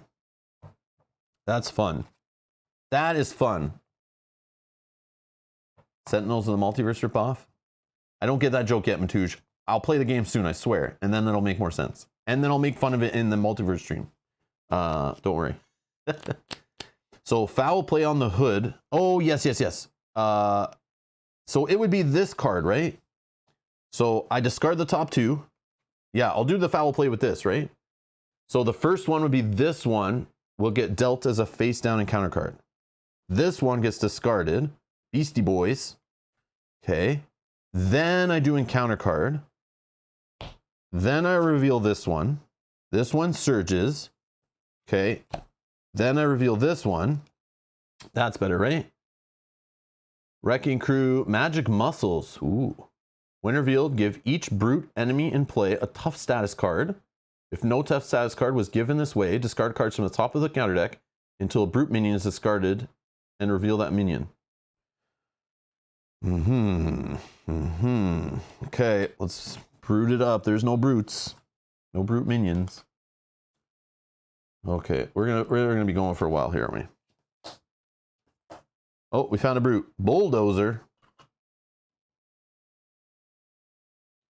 This guy's villainous, so when he activates, he gets a boost card. He's got, his attacks are overkill. He hits for 3, 7 health. Okay, it just got real. And we pull an assault. When revealed, we're an alter ego. This gains surge. When we're an alter ego, this gains surge. No, your stream didn't stutter there. Rhino villain is brute, by the way. Oh, it's he? Oh, so you can use that with him? Oh, man. Wrecker. Oh, no. This guy's villainous also. 8 health. While Wrecker is attacking, it's +2 attack if it's undefended. Uh-oh. Oh, man, look at this. No wonder the Wrecking Crew is level 9 modular set here. Oh, crap. If only I had my pistol. Just kidding. All right. So now I think we're done the villain phase. I think we did it all right. Thank you for catching that. Rocket caught it, I think. Angelo's asking, I wonder if FFG is going to switch to Marvel Champions to the same release method as Arkham and Lord of the Rings. The double hero release approach seems to be them starting in that direction. I think the double hero approach is them just trying to get product out of warehouses that's piling up now that shipping costs have dropped. And they're trying to play catch up. So anyone who doesn't know, Fantasy Flight Games usually ships future product, holds it in a warehouse, and then releases it monthly. It doesn't always come on the ship pack by pack. They just hold it. But obviously it costs money to have products sitting in a warehouse. So I think they're just trying to play catch up. Because what they probably did with other Asmodee products, they just got a really good deal, probably bought a whole bunch of shipping containers. They probably even shipped over other Marvel products that aren't even announced yet, put it all in the same shipping container, save money, shipped it all over with other Asmodee stuff, right? And then now they're just like, crap, we got to get rid of this stuff. So let's all just ship it all when it arrives faster, so it's not just sitting there. They don't want to hold it in the warehouse. That's what I think is really happening. And that's they kind of showed those cards with Legend of the Five Rings when they're doing like 6 packs in 6 weeks. They really had them all, and they're just dropping one a week. They weren't like arriving on 6 different boats. They don't do that stuff. It's all just a scam. It's all just a scam. All right. Oh, Matush says the hood modulars synergize pretty well with the core set villains for those who don't know, which makes sense why they included the standard and expert 2 sets. So that kind of like, you know, is kind of like a core set idea, right? So it's kind of like a good pack to buy to like beef up your core set. Maybe. Okay, so we have Yarnmorn. After your hero attacks an enemy, spend a physical resource, deal 2 damage to an enemy. So that could help. Drop kick, deal 4 damage to an enemy. If you pay for this card using physical resource, stun that enemy and draw a card. Oh yeah, and they all have retaliate. All right. Okay, so we have Mockingbird, stun, drop kick, stun. Do we heal up here with Project Rebirth, or do we just draw? I feel like we draw. What could we be drawing for? What are we looking for? Another press the advantage, maybe? Another ally? I don't know. Maybe we don't need. Because Spider-Man and Blade are in there. We could find. We have Rocket. Did we see Rocket yet? I don't think we saw Rocket, did we? Yeah, maybe just another attack. Like a Savage attack would be a good draw, but I feel like we've seen him. I think he only has 2, right? And I think we've seen both. Oh no, there's press the advantage. Okay. No, I don't know. I think we just do with what we have here. Maybe we just stun these 2 idiots. Because they get boost cards also. And then we just rush this guy. We stun these 2 and then we rush this guy, right? That's kind of gambling, but.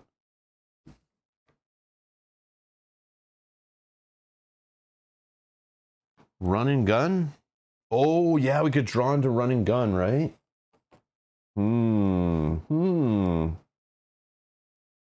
Yeah, how many have we seen so far? 1. Only 1. Okay, so there's still 2 in the deck. There's still 2. I don't know. Oh, it is lethal, right? Grab the gun with locked and loaded in and hold it in hand. If I draw run and gun, it's lethal. All right, let's do it. Let's do it. Let's gamble. Okay, so we're gonna draw.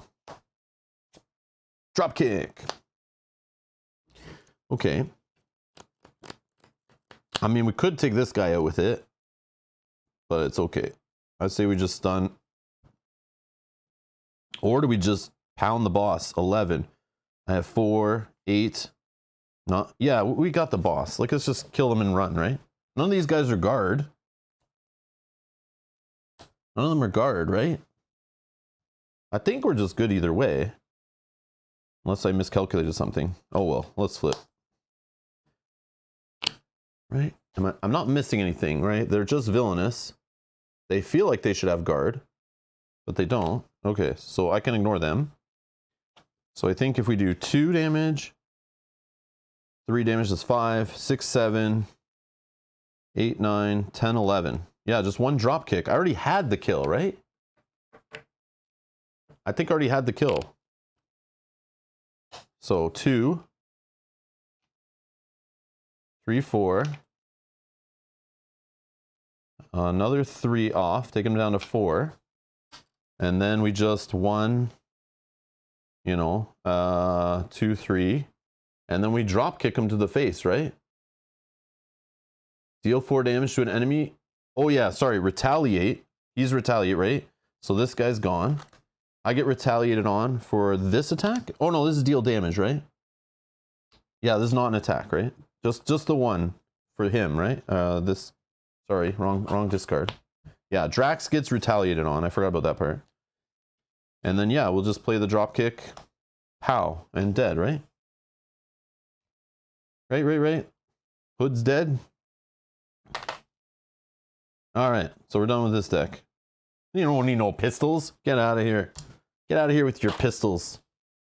I'm not playing pistols with him. I'll play pistols with Justice, but I won't play it with aggression. You can't make me.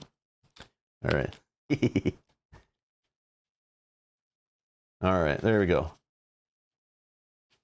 Okay, so now we go through the fun of, you know, the best part about the hood is cleanup. Okay, so let's set them up again. And we'll switch decks. Get rid of that.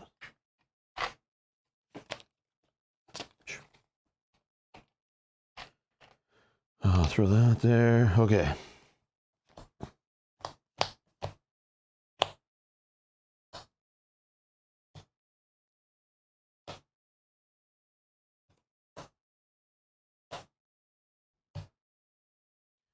Wrecking Crew Streets.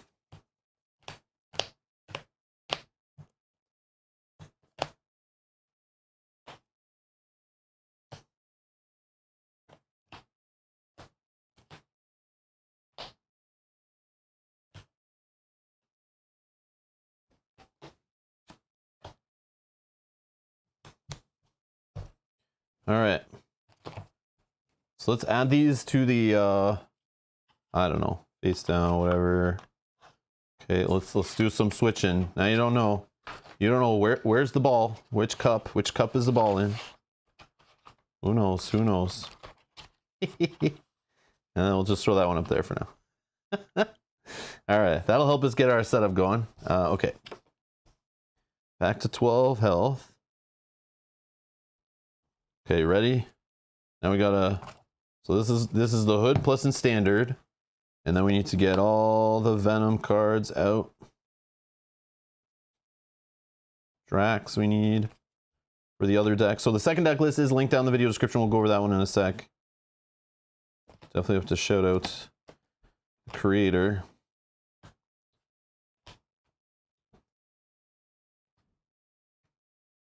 I think it's Rocket and Drax that are in that one. Okay, let's just double check. 1, 2, 3, 4, 5, 6, 7, 8, 9, 10, 11, 12, 13, 14, 15. Yeah, so we should have all of his cards here. Okay. Now we'll play the one I really want to play. Okay, so this one, thank you to user DSR24718. I'm sure everyone knows this, you know, it's such an easy name to remember. But thank you for posting this deck. It's called the Meditating Symbiote. And this was the second Justice I tried with Venom yesterday, because of course, when I started looking at some of the Venom decks, and then I was like, oh, Venom's like, you can go on Alter Ego, which was just trying to do with the Black Widow and Miles Morales, and that's why people were saying I'd like this one. So when I went to Justice, I was kind of looking for one that could kind of chill in Alter Ego a little bit for fun. And of course, what's my favorite card now when I play an Alter Ego hero and I'm rolling in Justice? I can play all the fat, expensive cards. You can play Meditation. So I searched for Meditation Venom decks with Justice, and only this one came up. So there's a little right up here. But I'm just playing the deck as is. I played it once. It was fun. And it does have funny stuff in here. Like, I didn't realize there's this like restriction. All of the Guardians allies say play if your identity has the Guardian trait. Well, his alter ego side doesn't have the trait. So if you want to sit in alter ego form, you have an issue. But there's a card for that, which is funny. I know you guys are gonna be like, why are you playing these inefficient, crazy cards? Listen, I'm trying to have fun, all right? And play cards that I wouldn't put in a deck normally if I were to build it. So I see these cards, and if I don't recognize them or I don't think I'd play with them, I want to try the deck. That drives me to the deck, to see something funny or creative or interesting or different than like the top 5 decks I find on the site that all have like the same cards or they're tweaking off one person's deck. This one seemed funny. So it also has a sonic rifles in there, the multi-gun thing, or side holster and sonic rifles, which automatically I was also looking for sonic rifle justice at first. So I played one like that. This has Jack Flag in it, which I didn't realize he came in this pack, but I fell in love with this guy playing with Black Widow. I thought he was super cool ally. So the fact that it had a few of those cards in it, instantly I was like, I'm just playing this one, I don't care. But again, then you can put in big fat juicy cards like Avengers Mansion, Helicarrier, Crew Quarter. Oh, Crew Quarters only cost 1. Oh, that's the healing one. Yeah. But you can play big sonic rifles and stuff because you have what the heck? Oh, we're now hacking the website. All right, let's stop doing that. I'm just kidding. But you can play sonic rifles that cost 3 because you have meditation. So again, meditation, I don't know, maybe it's the alter ego, justice player, slow player in me. But I like playing big flashy cards if I have efficient economy. And it's kind of cool. It's weird, like you exhaust and whatever. But the cool part is I think it works where I can exhaust with meditation, play a big ally, assuming I'm an honorary guardian, and then I flip. And since Venom has these cards, the ready up cards, the running gun, right? That we were just talking about, I can flip him over after exhausting for meditation, then ready him up with this, right?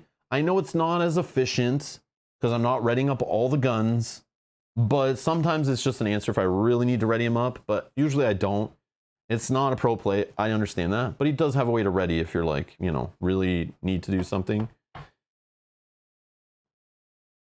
No, running gun is a hero action. Yeah, like I said, you flip from alter ego into hero, then you ready up Venom. But I could do it the other way around too. Like I could attack, and that's what I was doing with this deck yesterday, was attacking with all the weapons and Venom, and then I run and gun, attack with the weapons, and then flip him. But then sometimes I don't have enough money after I play that to then exhaust him for a meditation to play, something big.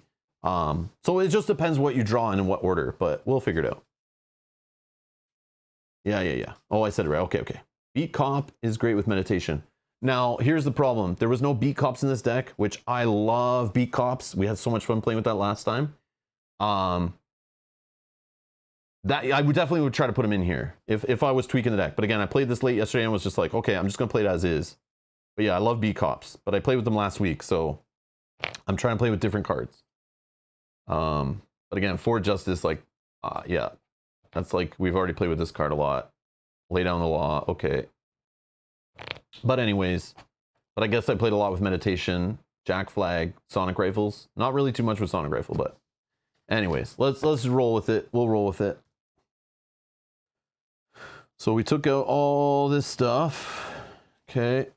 And then we needed, yeah, Drax and Rocket, I think, were the only ones that transferred over.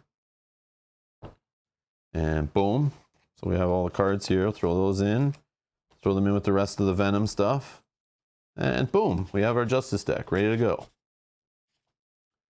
Beat Cops are so last week. Exactly. No, I do want to play more with them. But I think I'm all Beat Copped out from all the Arkham Horror LCG playthroughs of Beat Cop in the deck, so... Plus, it's really Bob the Beat Cop, so... The Cimatouge, it's weird, but weird is what drew me to it. And yes, you could probably tweak it and make it more efficient and stuff, but it's still interesting. It's just one I found this interesting. So if you think you can build a better meditation Venom deck, go post it on Marvel CDB and publish it, because that was the only one I could find, and I just put it together and started having fun with it. So we're just going to play it. So thank you, DSR24718 user on marvelcdb.com. Thank you for posting that deck. I appreciate it. Silverthorn, it's going good so far. We're on our second playthrough where we're trying Venom Justice. And I'll shuffle this a little better, since everything was just kind of sorted a little bit. At least Venom stuff was. So this game will go a bit longer. We'll probably see, I'll play a little bit slower, obviously, because we want to do turn slower. I mean, we want to reduce threat, keep him under control a little bit with some kind of justice. But he does have ways of dealing damage and fighting, but it'll be a little slower, obviously, because he doesn't have all the aggression events and stuff. So this will hopefully let us see more Red Hood craziness, and maybe even to the point where we just can't get out of it. We're just like overwhelmed. So yeah.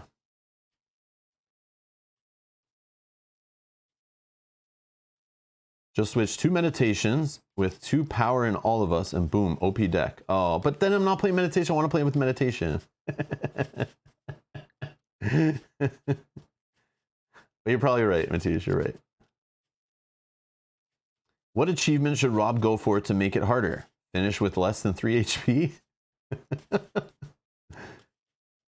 We'll see. Again, it will be crazy, I'm sure. We're going to play longer, so we're going to have more firing off of his stupid foul play crap.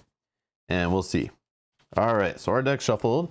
Let's do our random encounter. So we'll do 1, 2, 3, 4, 5, 6, 7, 8, 9. Okay. We need a D10. And we don't know what it is. It's any of the ones that come in the Red Hood pack. We're just going to go with, we'll go crazy. Number 5. 1, 2, 3, 4, 5. So what is it? I don't know. We'll find out, right? Hopefully. Maybe not. We don't want to find out right at the beginning, because then it'll become an encounter card, right? I think... I don't put this in yet, right?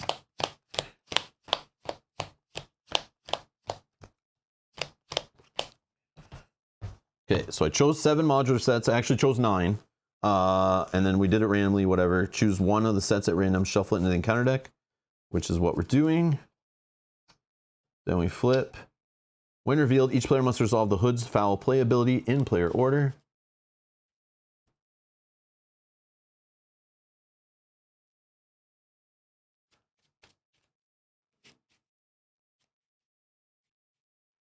Yeah, Brant, exactly. Like, meditation helps you set up with big juicy cards and just build up a nice strong board of, like, you know, helicarriers, Avengers Mansions, like any kind of like big juicy stuff like that. And that's the place I like to play. I've always liked playing Marvel Champions, the whole build up of it, risking the first few turns to go for like later game resource, like, over the course of the game, just have more resources. So when I draw into those cool hands, I can do more than just play one card, you know. That's why I like to play. I like to have a choice later in the game. So it's boring at the beginning to just play cards like that, but I like the build up kind of decks. I like the build up heroes and stuff. That's always just drawn me to the game. But again, it's not for everybody. Okay, let's see our first card. Foul play. So it is, this is dealt to me face down, right? Yeah. If it does not belong to the Hood encounter set, deal it as a face down. So we know the villain will attack me if I'm not an alter ego or it'll surge. I'll probably just rather eat the attack. Okay, so let's shuffle this one in. Win by turn 4 with this? No, I'm purposely going to play, like, take it long, I think. We'll see. It's all fun and games until you're caught off guard. Oh. Oh, it's the alternate achievement. So finish with less than 3 HP. That one, the 3 less HP is like easier because I can damage myself for resources instead of...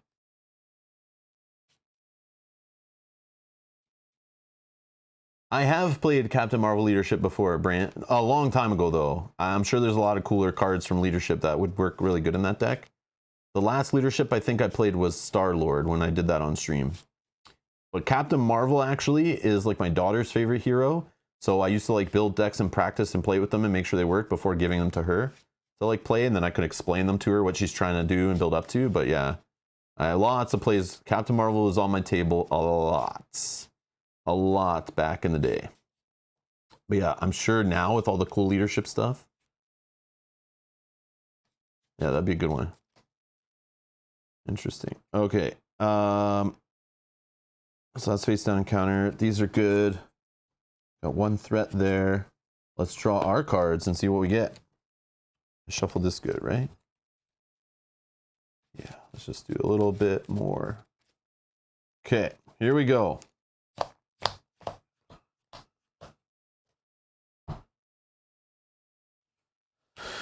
Oh, what do we get? What do we get?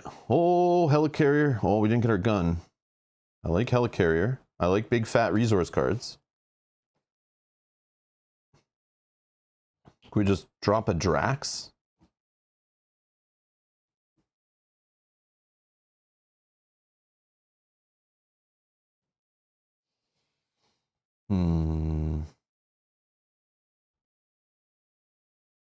Now here's the thing.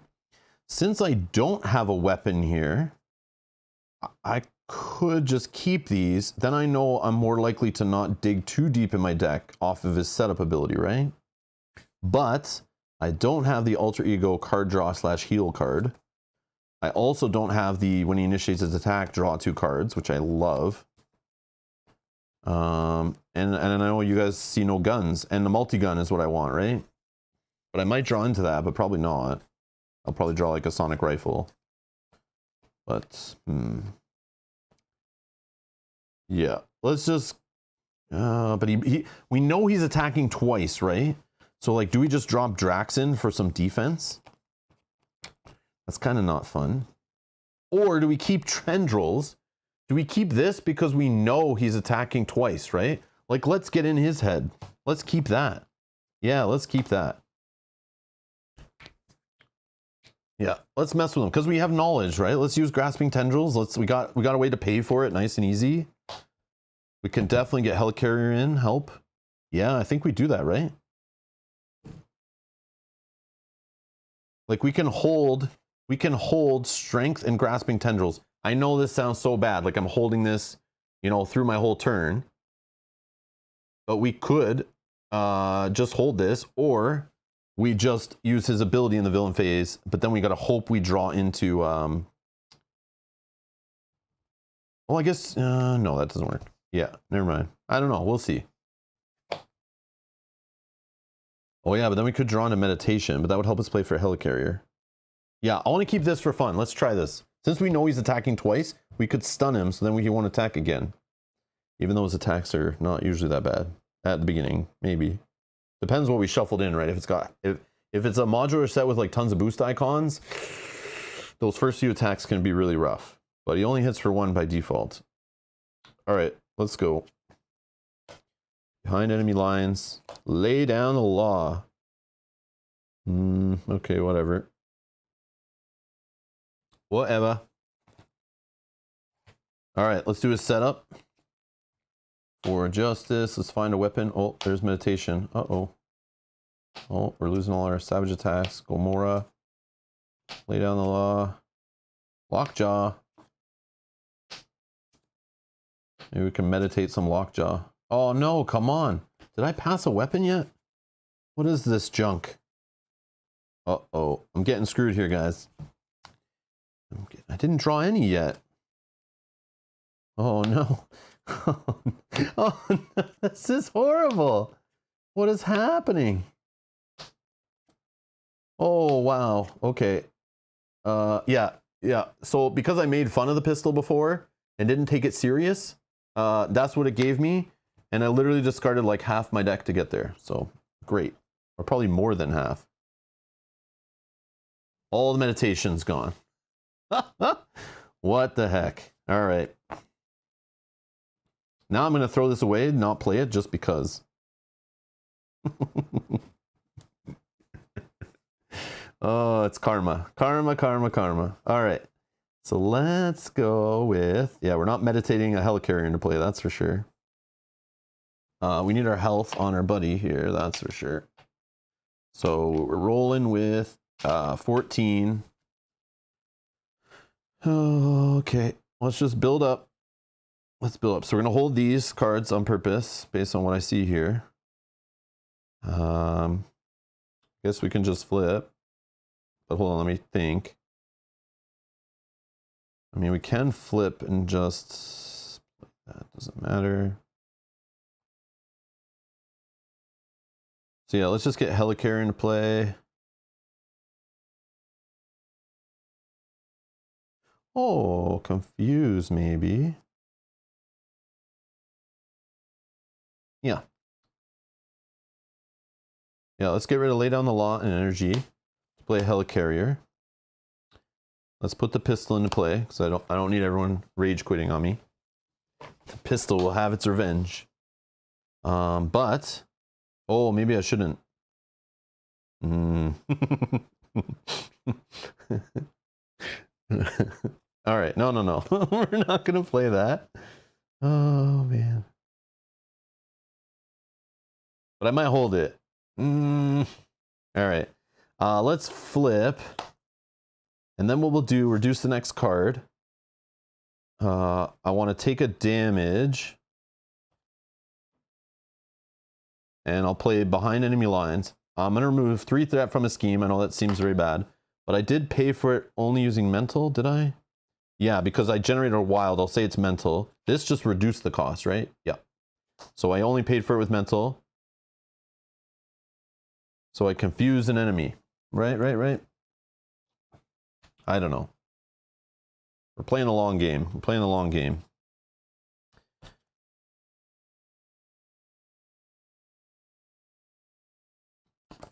I want to throw this away, but I won't do it.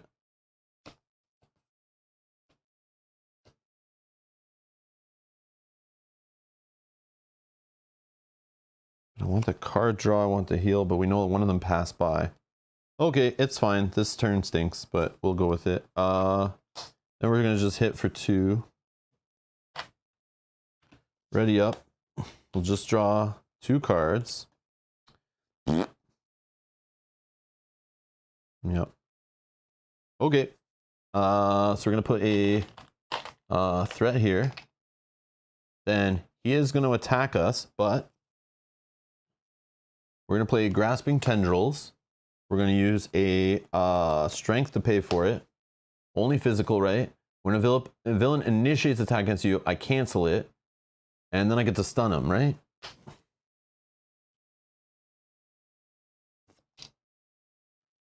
Okay. So then, then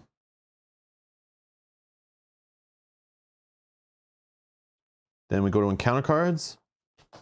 Oh, we got to deal one first. Deal one first, and then we do this one. The villain attacks us, but he's stunned. Then we do this one. What's this? Unbridled Ambition. Hinder 2 per player. So it's going to have 4 threat on it. Forced interrupt. When the villain phase begins, each player must resolve the hood's foul playability in player order. Well, that's disgusting. That's disgusting. We got to deal with that right away. Okay. So this is going to be a craptastic turn. All right. 1, 2, 3, 4. Do we just throw Jack Flag in play to help him thwart this? But then we can't thwart it enough? Or we do pistol, but then we can't afford. Yeah, this is like a rough turn, rough game. I definitely should have done that first round a little different. I think. Yeah, I shouldn't have held cards. That definitely slowed me down, but it's okay. I just want to get rid of this threat.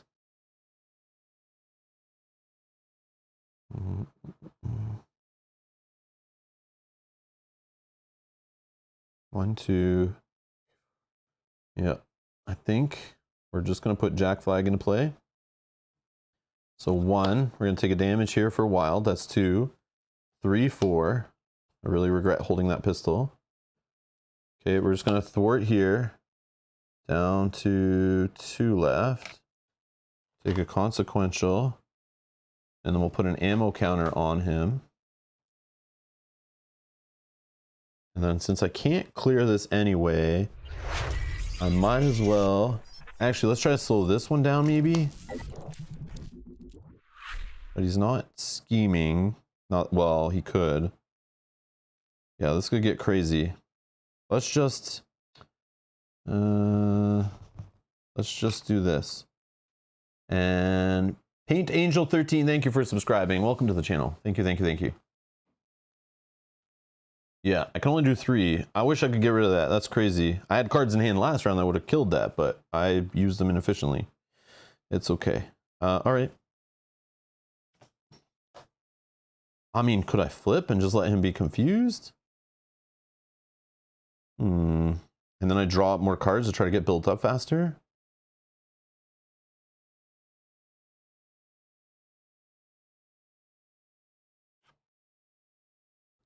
Yeah, let's do that. Let's do that. Let's flip. Let's flip, and then we can draw, right? Draw a few more. 2, 3, 4, 5, 6.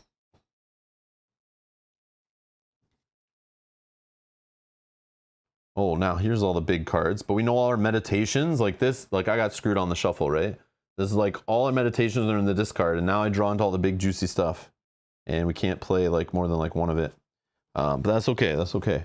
All right, so 1 here. This goes, oh, sorry. When the villain phase begins, I gotta resolve the foul play, which is just discard the top. It's not hood. So this is gonna go play as an encounter card. Discard an upgrade or support you control. Well, that sucks. So we gotta put something out just to throw it away, which I feel like is this. So we have to play this just to protect our helicarrier. So it's good to know that. Okay, then we're gonna put 1 on here, up to 2. He would be confused for that. And then encounter card. So this one, oh, we can't. Sorry, it's right now hitting it. Yeah, duh. So this is like falling apart real fast. Awesome. So that's gone. Then the villain schemes. No, this was hoping would not happen. Damn it. No. All right. So he schemes. For 3, of course, is just enough. So boom, this advances. This advances. When revealed, choose 1, set aside modular encounter set. So let's roll our D8. Find out which one we get for this one. And it's going in random. We have no idea what's going on here. Yeah, it's nice that Shadows of the Past is gone. And then we need an acceleration token on here. And this starts at 2. And then each player must resolve the hood's foul play ability in player order.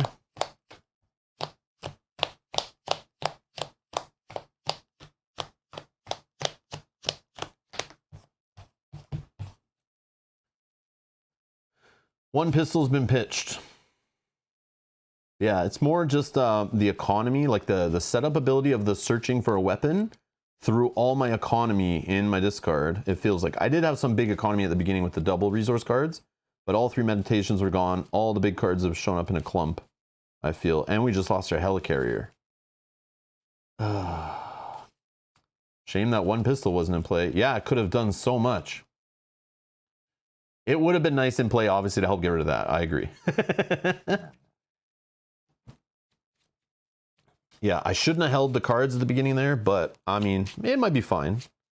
It might be fine. Let's see. I wanted to play long on purpose, like see how much craziness this guy can do to us. Okay. So let's do foul play. It is the hood, so we don't have to put it into play dealt with us. So we're done the villain phase. What are we at, 10 here? We're done the villain phase.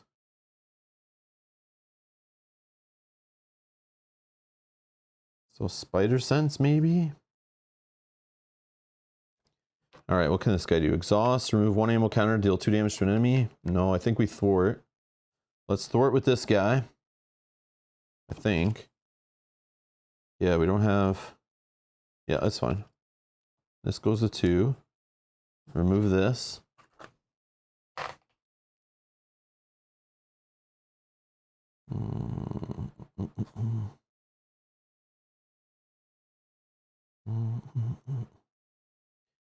Is it wrong that I just want to put an Avengers Mansion in play?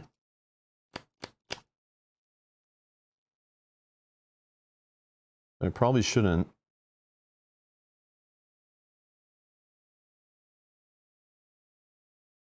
Maybe Groot, just to buy some time.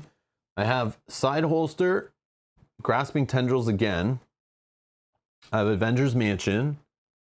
I have Rocket Raccoon. I have a camera that doesn't want to focus. I have Groot, and I want to play this, like, to get some card draw flowing too, but so with this. But I can't do both because I lost my helicarrier.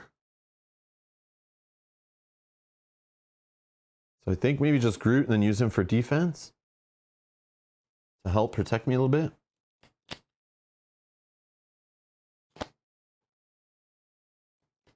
Let's see if we can do it. Let's see if we can still come back.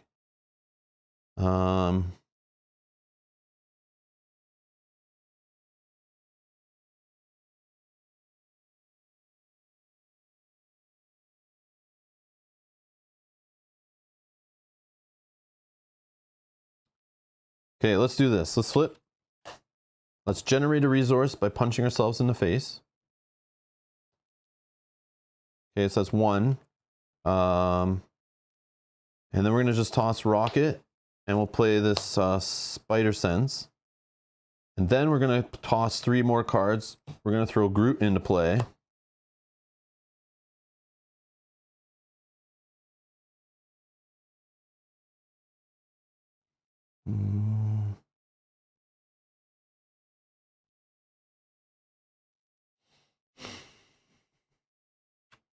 And then we're gonna hit the villain.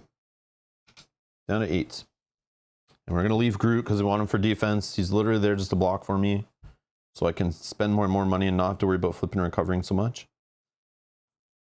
Okay, let's draw 2, 3, 4, 5. We're almost through a deck. That's crazy. All right, so this is going up by 2 more, up to 4. He wants to attack. We'll defend with Groot. It's just for 2. Then Groot will take 2, but then he'll heal 2. So I'm just not going to put anything on him. Okay.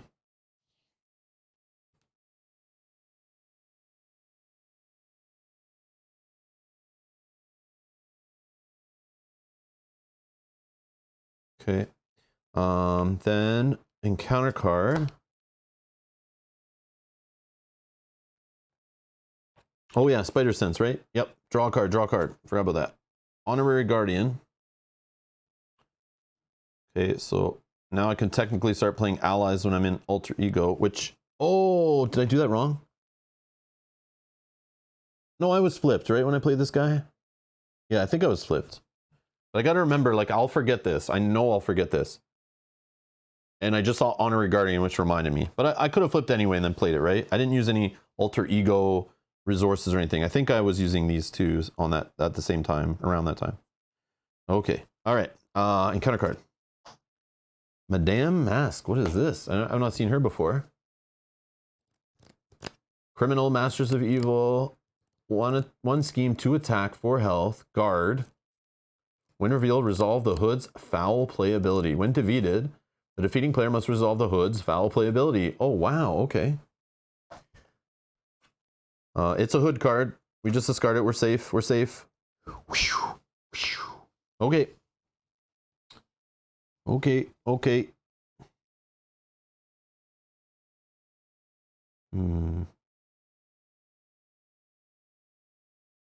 Should we search our deck for a weapon card? Maybe if the multi-gun's in there, right? I mean, I don't want this crappy pistol, so let me check. Has the multi-gun gone by? I feel like it hasn't. As if it did, I messed up something. Nope. Multi-gun is one of these 2 cards. Do we want it right now? Is that worth spending a card on? Grab the multi-gun, slap it in play. We can do 2 damage, 2 damage. Get rid of this minion, but then we'll do the foul playability, which is fine. We need to thwart. This guy can help with that one. Oh no, he'd be gone. So we need to start doing damage with him. Thwarting. What are we gonna do for thwarting? I can confuse the villain if we, then we can flip. I can also confuse from the rifle. I could thwart for a little more with Venom. Yeah, maybe I'll just thwart and use the pistol. Okay, okay. What are we doing? What are we doing?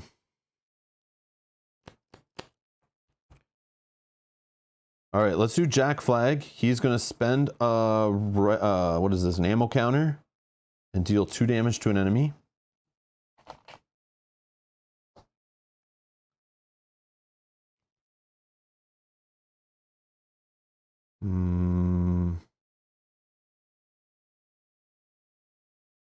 Yep, we're going to use locked and loaded.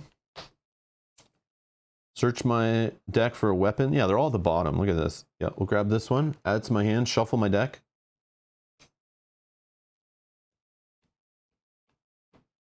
Boom, shuffled. All right. Let's put that into play. We're going to do it with...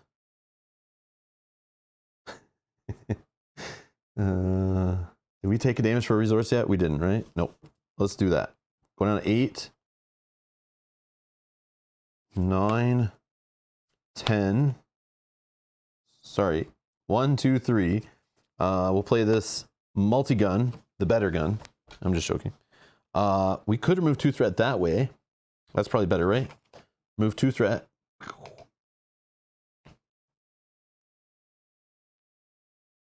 I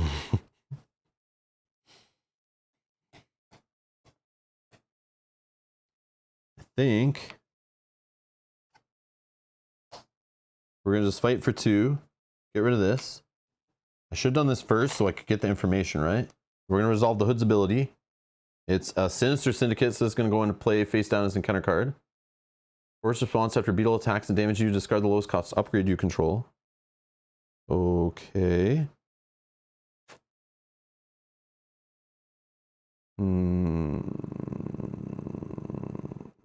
Okay, that's fine. Okay, what was it, 4 health? Yeah, okay.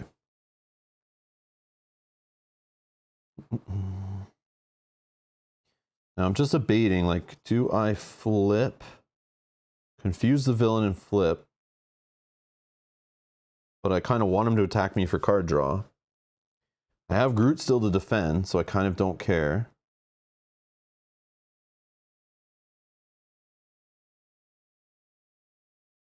I just don't want to put the pistol in play.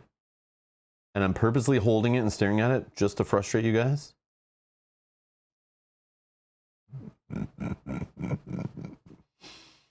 So, I think I want to put Ordinary Guardian. If I know this minion could attack and get rid of an upgrade, then I can save these other 2. So I'll put that in for free. I'm just debating. I'll put the pistol into play, I guess. Oh, I do want to confuse the villain though, but I don't really want to take a damage right now. So let's just think fast into Venom's pistol. Oh, we didn't need the extra attack, so it's fine. All right, let's stay in fighty fights, hero form. It's just this is bothering me, but it's okay. He won't scheme right now, we hope. All right, let's draw 1. Get an encounter card. We got a sonic rifle, we knew that. Let's shuffle her up. Hopefully we get those meditations nice and spread out. But yeah, that setup ability on Venom, I'm glad that happened on camera. I hadn't had it happen that bad before. That was crazy. And then my multi-gun's like literally a second card from the bottom or whatever. That was crazy. Or the bottom card maybe. I don't know what it was there, but that was pretty rough. That was pretty rough. I'm discarding half my deck. It'd have been fine, I think, if like a meditation was in there near Avengers Mansion, would have been good, but it's okay. And a Helicarrier, if I had another upgrade in play, which I should have played that pistol to protect the Helicarrier. Oh, man. But we're rolling with it. All right, so we need 4 more cards. Side holster, 4 justice, think fast, and run and gun. Okay. Okay, let's see, let's see. Okay, so we're going up 2 here to 4. That's our acceleration. This guy wants to attack. We're just going to defend with Groot for reveal this card. Okay. Attached to the hood of my car. Hero action, I can spend mental, physical resources to discard it. It's revealing it, so he gets +1 attack, +1 scheme.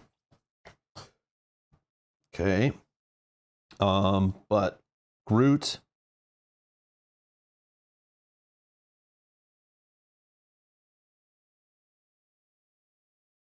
He's just defending, so he gets hit for 1 and heals, right? So we're good still on him. If I miss damage on there, let me know, but I think he's been solid so far. Okay. Then encounter card. So we know this one, we know Beetle, who has force response. After Beetle attacks and damages you, discard the lowest cost upgrade you control, but not attacking yet. But 4 health, we need to get rid of Beetle. But let's see what else we get. So this is from the Sinister Syndicate set. What's this one? This is from State of Emergency. Hot Pursuit. When revealed, discard cards from the top of the encounter deck until a minion is discarded. Put that minion into play, engage with you. And it's got an acceleration, and it's getting 3 threat on it. Okay, awesome. Minion, minion, minion. Oh, man. Okay. So we're getting Shocker. 1 scheme, 2 attack, 5 health, criminal, masters of evil, force response after Shocker is attacked. Stun the attacking character. But I'm assuming if I kill him, he's dead before he does that kind of retaliate style ability, right? Pretty sure. We'll deal with that when that comes up. But yeah, he's going to shock us. And our third card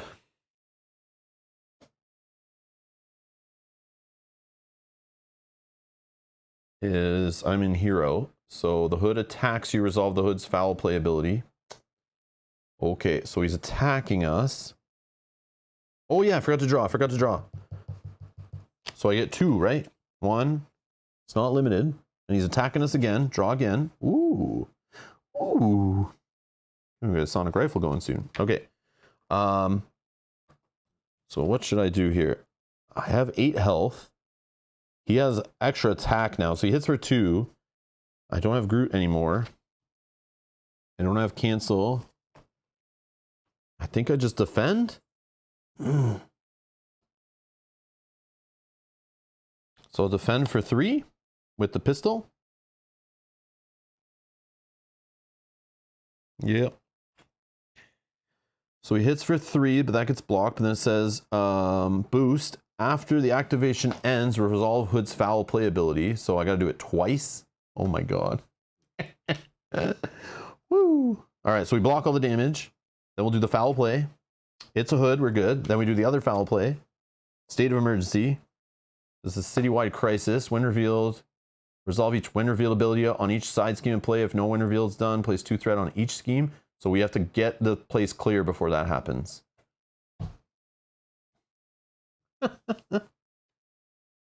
No, I didn't have the interrupt, Yogi. Yeah, I checked. I totally checked for the cancel and attack. But it's okay. I was hoping I would draw into it, but I did not. Okay. So that was all interesting.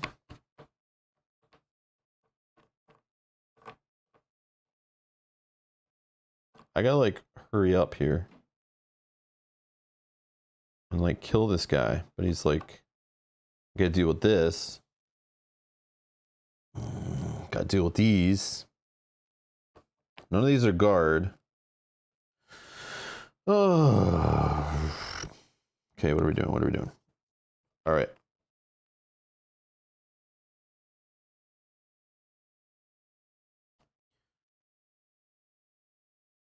So let's spend an ammo counter, I think, and do 2 damage here. So I don't want to get rid of an upgrade.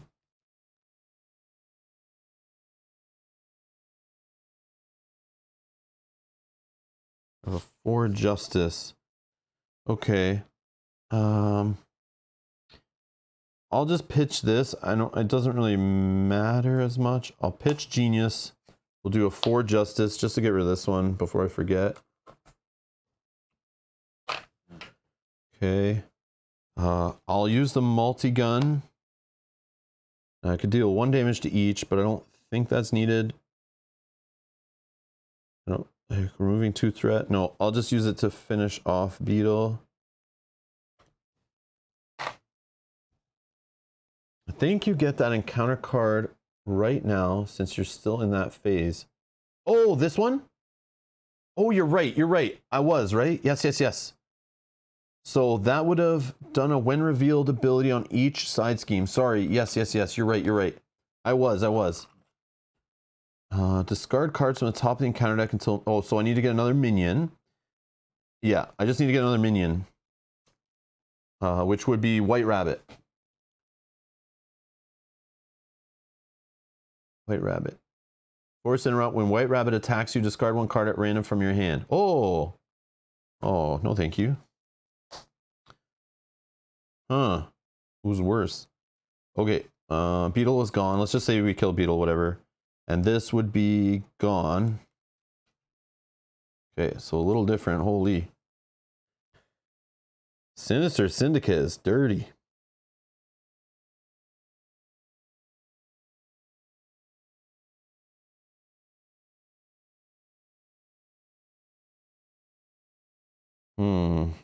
Yeah, this is a pickle.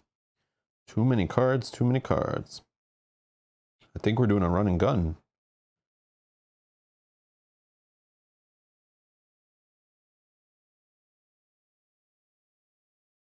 Yeah. Okay, I'm going to hit myself to generate one resource. I'll do Think Fast and Side Holster. So we'll play Ready Venom in each weapon upgrade you control. Okay.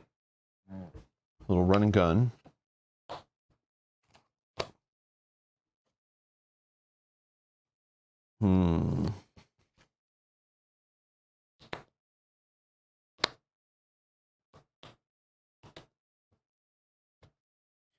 Now, I could leave him to attack me. Yeah, how do I get out of this? Do I want to use meditation, get Sonic Rifle in? Confuse him, but then they'll both be scheming. I can't get rid of both.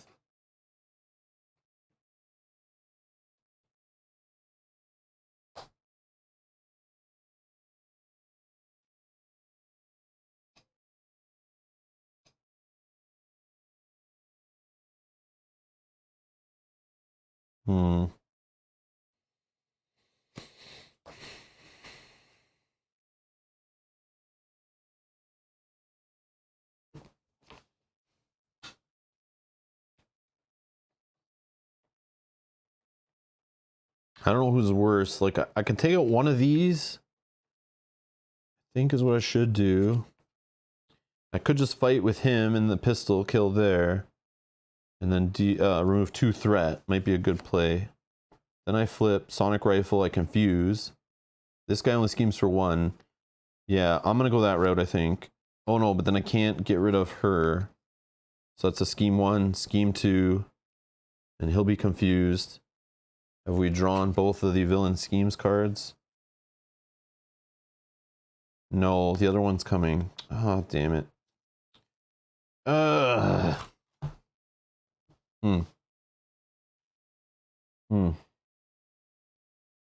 Like, I want to flip to play the Sonic Rifle.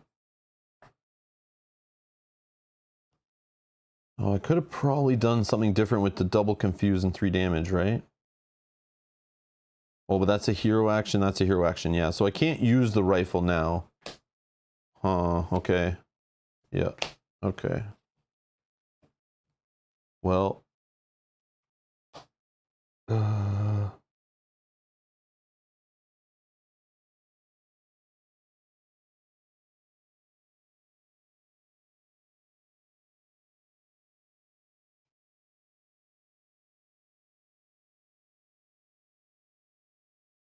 Remove 2 with the multi-gun. And we'll just attack with this. Yep. Yeah, that's sad. I don't know. Yep. Okay. I don't know about flipping because I can't confuse the villain unless I held this instead. And we say I just pitched instead, since I know I'm not doing the meditation play.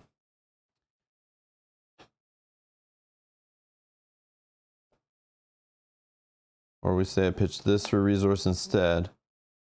So that way I can still do this hero action, which I assumed I wasn't going to do. Yeah. And we take 1 damage, and we confuse the villain instead. Then we flip. And we go with there. No, it's okay that meditation's dead, Yogi. I'm okay with that for sure. Absolutely. Meditation doesn't always line up.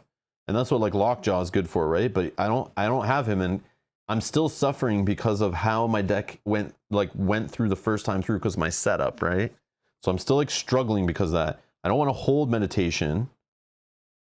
I just need to deal with the threats in play as best I can and like not build up the board in this turn. But thank you for the super chat either way. Misery bucks for a meditation dead card. That's the risk of meditation. It never always works, which is awesome. But like when it does, it's like feels so good early in the game. But this playthrough, it's like we didn't see it in the beginning. We didn't even see it our whole time through our first deck draw because of our setup, right? It screwed us. Maybe that's why there's no one building meditation decks with Venom. But it's all good. Okay, so let's draw. I like the challenge though. I like how our deck's screwing us, Red Hood screwing us, or the Hood screwing us, and we're gonna try to struggle like struggle our way out of the hole, climb our way out. Okay, allies are keeping us in here, I think.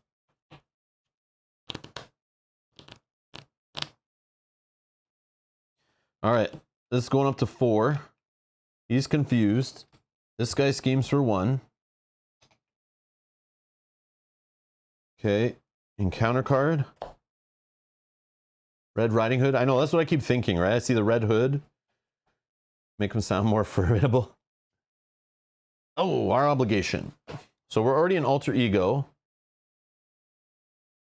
I could just exhaust. Did I draw into a meditation? No, I didn't, right? So I don't care so much about the exhaust. But I don't have the ready.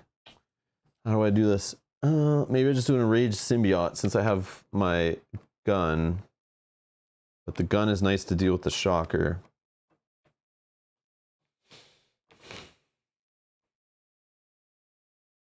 Yeah, I'll put an enraged symbiote into play.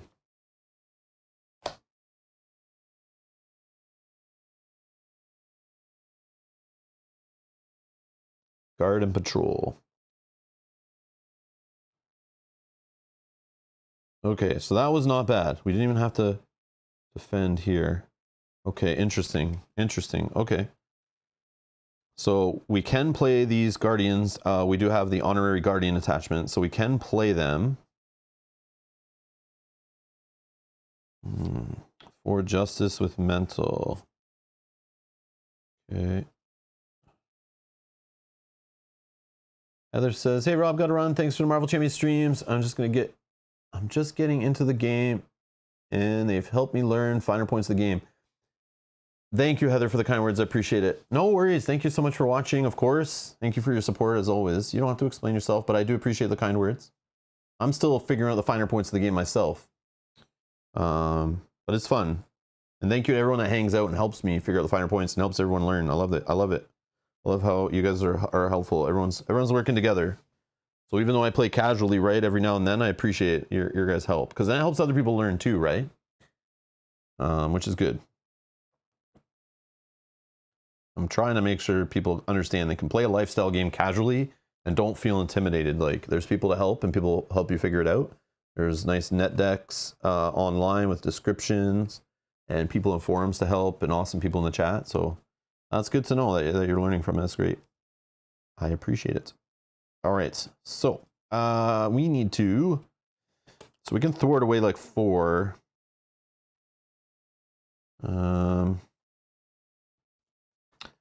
Pistol, that would help. You'd be 1, 2, 3, 4 attack. Okay, I just think all of its hero action, so we don't need to stay in this form at all.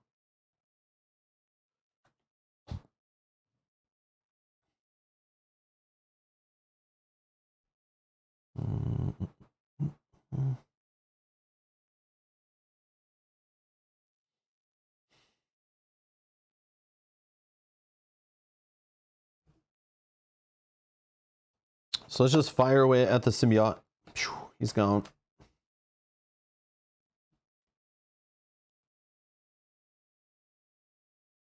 Gamora.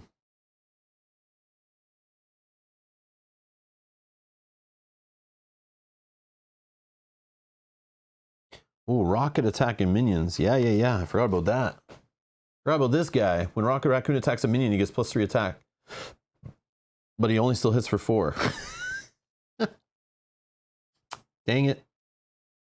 How do we ping? We ping with this guy, right?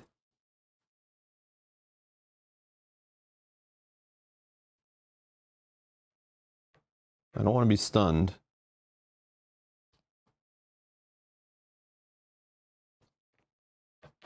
Yeah, let's do that.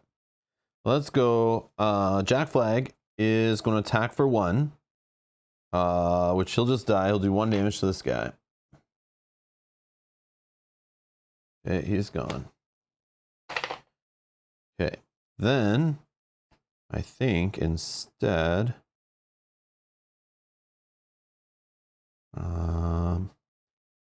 we'll spend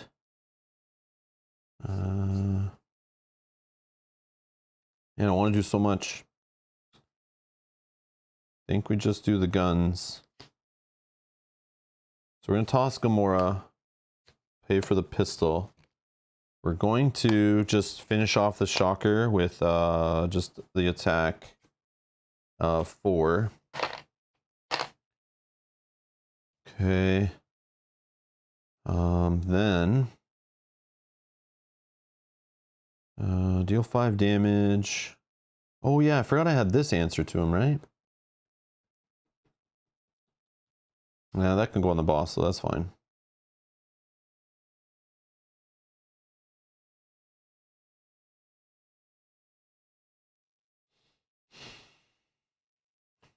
One, we'll damage ourselves for 2. So we'll say that we use mental off this or this, doesn't matter, both wild, right? And remove 4 from here. 4 threat. And unfortunately,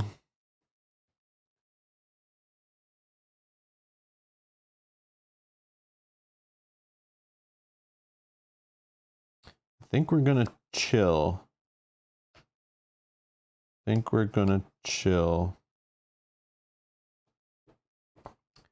Yep, and then we'll just draw 3. I don't know if Groot should do anything. Maybe he could attack, but that's risky, so let's not. 1, 2, 3. Okay, ready up. So we get 2 more on here. He wants to attack. I'm going to draw a card first. Behind enemy lines. Okay. We'll defend with Groot. Reveal this card. Can you have 2 of these? Yep. He's dual wielding against me.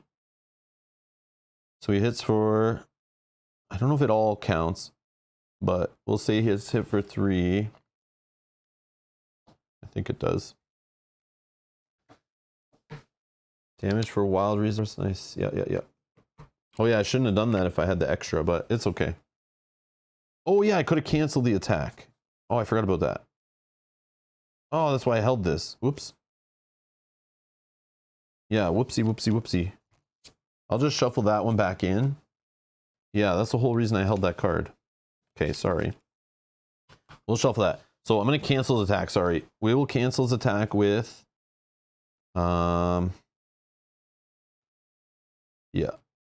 We'll toss this plus a damage. So we paid for it only using physical. So we cancel it and we stun him. That's better. And then this guy wouldn't have had to defend, which should have... But he can defend if a minion thing happens or another attack, which I think is fine. Okay. The villain attacks you. So this is stun gone. All right. We did it. We did it. We did it. We did it. All right. We made it through that one. We have 4 health. So I think heal time is coming. I thought I would hopefully have the card that helps me heal, or one of them. But I don't. So...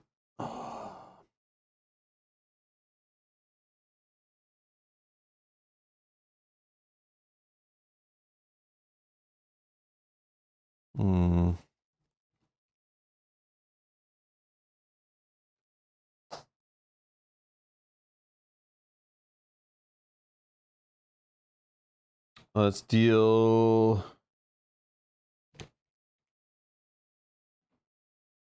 Let's just remove 2 threat. Oh, actually, no. I have a way to confuse and remove 3. So let's do that. Let's pay with mental. And we know we're playing this. We'll play with mental. We will do a behind enemy lines. Remove 3 threat from a scheme. If you paid for this only using mental resources, confuse the enemy. So I think we're going to flip here. And then, I don't know if we're going to play this either. So let's just attack with Groot. Let's switch it up.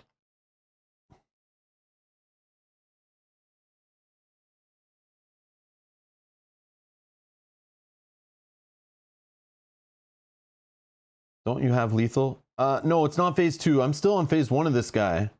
Like I'm playing like stall game, right? Did you cancel the attack but still draw a card? Yeah, but I would have drawn the card first, right? If I did do that, wouldn't I just say I triggered this first before canceling the attack? Right?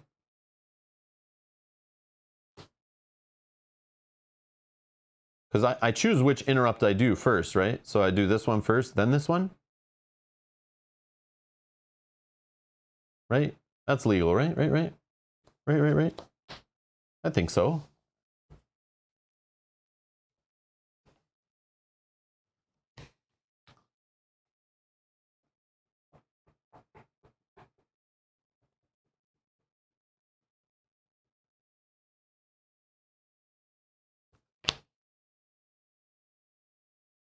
I'm going to attack for 4.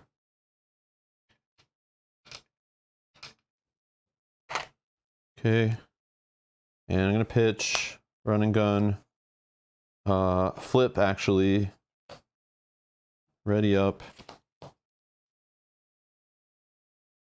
draw 1, 2, 3, 4, 5, 6. Okay. Man, the shuffles today, holy, in this game, so bad. All right. Okay. So this is going up by 2. He's confused. Encounter card. Speed Demon. Pew! 1 scheme, 2 attack, 3 health. Force interrupt when a character attacks Speed Demon. Speed Demon attacks the character, but resolve Speed Demon's attack first. That's cool. Boost, discard the lowest. Okay. Oh, wow. That's neat. I like that. I like that a lot, actually. That's cool. That's cool.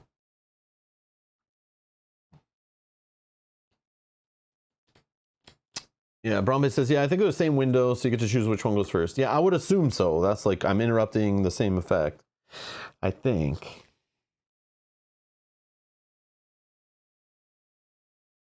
And I'm sure I could draw a card, draw into that card, still play that card, and still cancel it too, which I think would be awesome, but I'm sure that's rare. Okay. How can I draw a card so that I could draw into something big and juicy with my meditations? I could locked and loaded. Did I see both? I only have 2 sonic rifles. 1, 2. So I'm definitely not getting a sonic rifle. What other weapons? I don't think I have any other weapons in this one. And all these ones are in play, so that's not going to get me the card I need. Yeah, okay. So I guess we are going to recover for 4, going up to 8. Classic way, because I can't find my Project Rebirth 2.0. Lame. Then we're going to flip.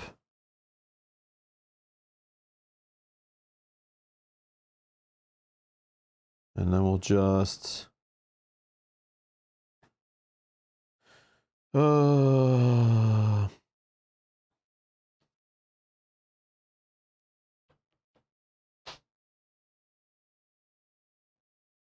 We will attack Speed Demon. We'll hit him for 5, but he'll attack us first and just hit us for 2. Okay, so we go down to 6. We're going to hit him for 5, and I paid for it with all energy resources, so it's overkill. So he's gone. We deal 2 here with a Savage Attack. Hey, Twisted. All right. Yeah, man, this is crazy. All right. I think I saved Groot. I could do Groot to finish off here. I could do that with this. But I think... Oh, I could spend the... Do I have it? Yes. I'm going to take a damage, actually, to spend a wild resource plus a mental. Or, yeah. And we'll get rid of this, right? So that's a little less rough. Then...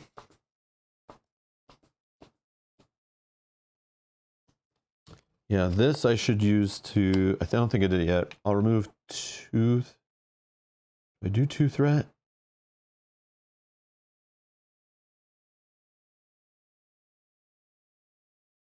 No, let's push it. Let's hit this idiot. Let's go. Let's go. Stage 2. Okay, he's going to hit 16.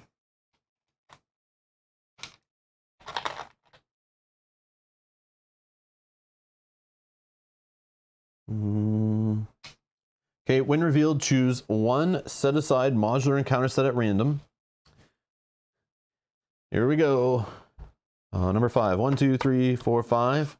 Okay. Shuffle it into the deck, our super tiny deck.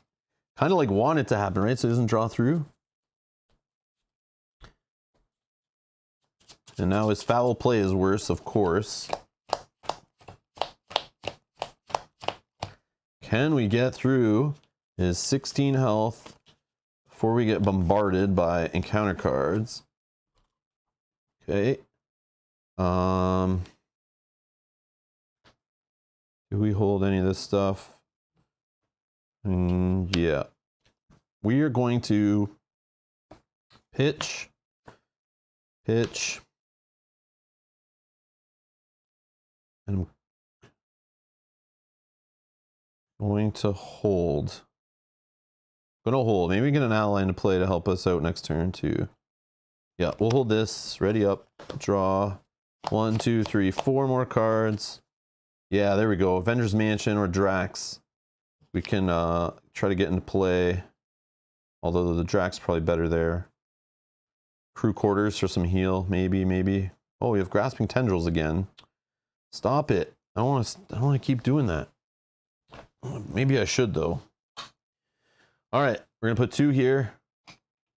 He's going to attack. We're just gonna defend with Groot. Oh, he's got his pistol again. Okay, so Groot gets hit for 2, but then heals 2. Okay, counter card. Oh, the villain schemes. No. So he's scheming for 3. No extra, thank you. So 3 puts it up to 7, which is 1 away from advancing. Oh boy. Oh boy. Now of course they have like no way to get rid of threat except for this guy. Okay. So shall we just start punching? Oh yeah, I forgot to draw off this, right? He attacked, right? Yep. Oh, now we have a way to remove threat.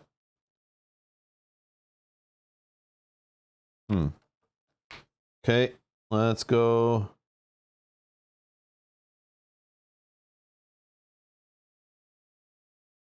So Drax we can put in after we flip. Okay. Avengers Mansion will just pitch for money. After you change form, that's not going to work. That's not going to work because we can't play this because we're not an alter ego, which works good if we're the other way around. So that's a useless card. Canceling attack could be helpful, but we're not going to worry about it. We could just play the heal, which is alter ego if we flip, but we don't want to flip. But we could, I don't know. I feel like I just hammer this guy. But it's like I don't have... Yeah, let's just go, I guess. Or I can thwart for 3. No, let's just attack for 4. Let's go. Let's go. Okay, we'll flip. Oh yeah, we can't if we can't ready him up and play. Yeah, so we gotta play it slower. We gotta play it slower. So we'll say we didn't attack. We'll just do the meditation, play Drax. Drax will attack for 3. Oh man, this is it's like just not happening here.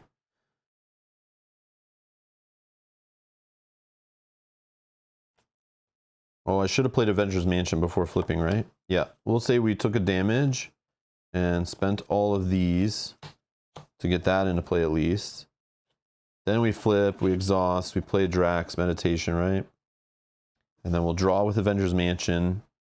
Oh, there it is finally. Okay. Yeah, we'll just let him scheme away. Scheme away, buddy. Oh yeah, I forgot the gun too before I flipped. So we'll say with this, we just did 2 damage to him. Yeah, totally forgot about that. Yeah, this guy's messing with me good this time. Or it's my deck messing with me. I'm not sure which one, but I feel it's my deck. So we'll draw a bunch of these. Okay, that'll give me an encounter card. We'll flip up. Or we'll ready up, ready up. Okay, this is advancing.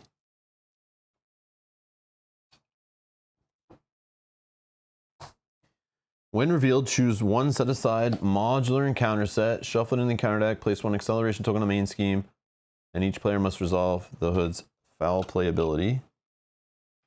Well, hello. Oh, we're gonna lose here.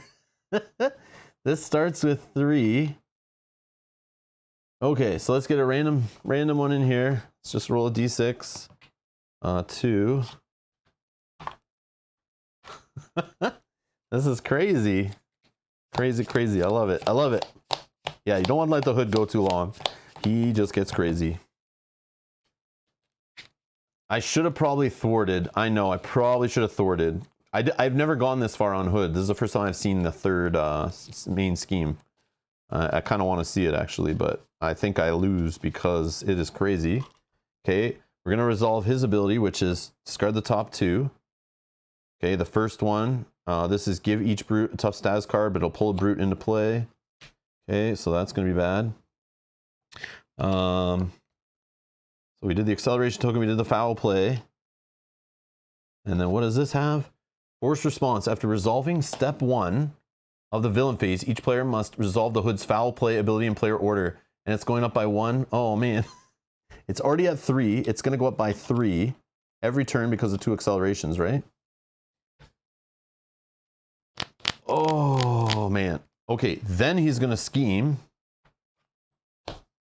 for 3, 4. So that will go up to 7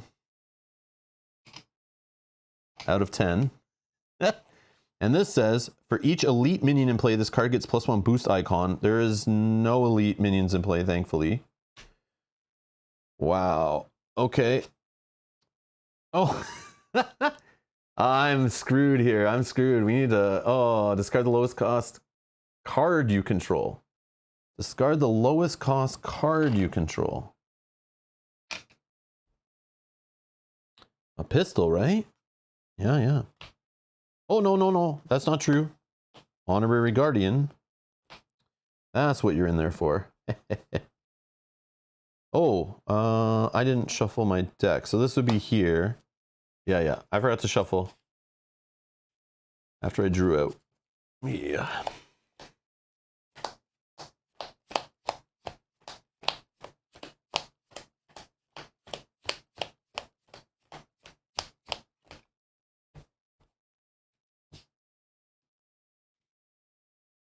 Yeah, yeah. That's what Honorary Guardian's there for, right? To help protect.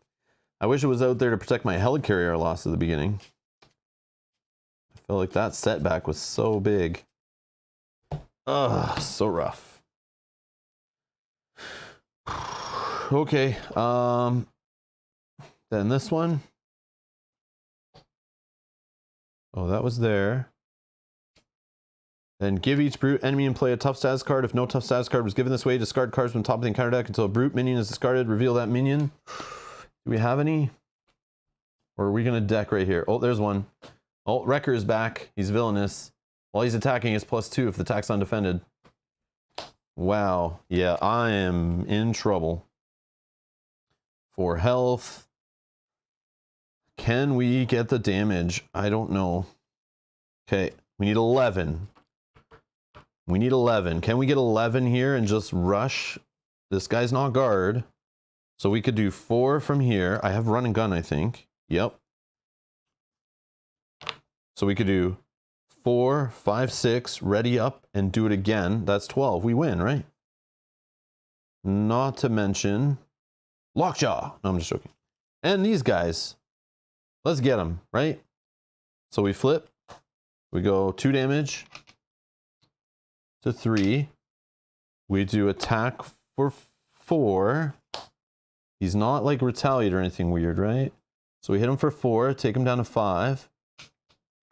Drax wants to get a punch in because he's mad. Takes him down to 2. I mean, group could just finish him off even. Like, we're good. But then, of course, we have to play run and gun. And to play run and gun, of course, we've got to throw these away, do a helicarrier. We exhaust the helicarrier, throw away his strength, play run and gun. Ready up Venom and all his weapons. And then, of course, we use the better gun, the multi-gun, to just hit for the final 2 and kill him. Bam! Pew-pew! Yeah, see, these are okay, but like in this deck, they're even worse. And I think they're worse because of the whole meditation exhausting. You don't want to necessarily use his front basic powers on those turns because you want to flip them, exhaust them, or exhaust them, then flip them, whatever. But it's like nothing was lining up there. Like my deck, the setup, just from the setup, I knew I was already in trouble. Discarding all my cards and getting like half my deck. Meditation was gone. All the meditations were gone. Then I drew into like my expensive cards later. Yeah, that was messy. That was very, very messy. Groot held me in for a bit. I didn't do the 3. I guess I could have damaged myself to pay for 1 resource, right? So that I was at 3 left. Right, Yogi? I damaged myself to pay for the run and gun. So that way I was down to 3 damage. Achievement unlocked. Yes! Yes! Although, what was the other one? Winning by like turn 4? Yeah, no. I didn't want to do that one because I want to see more of the hood, right? I want to see what would happen if he had time. Like, the crazy part was, I feel like it got down to like 4 or 5 cards left in his deck. And then at those times, like if you play with him properly and let him, like I wasn't doing it on purpose, but you could like save for when you hit him to then shuffle cards in the deck. Then, but I know it makes his foul play worse, right? Because his deck's nice and small and you're just shuffling in side encounters or counter sets, modular encounter sets. And then when this advanced, it does it again. So like I never hit the acceleration from that. But I think that's why they make these put automatic accelerations, because it keeps making his deck bigger to balance that maybe. But it was kind of neat that it was like kept filling the deck back up, you know? And then like... Oh, you think I was too short from killing Wrecker also? Oh, okay. Yeah, because I didn't have in my hand I only had behind enemy lines, like not the damage one. The savage attack or whatever. But I did have Lockjaw, but he's so expensive. He's just there for like the meditation, right? If I have a meditation and he's in my discard pile, it's just something I can pull back.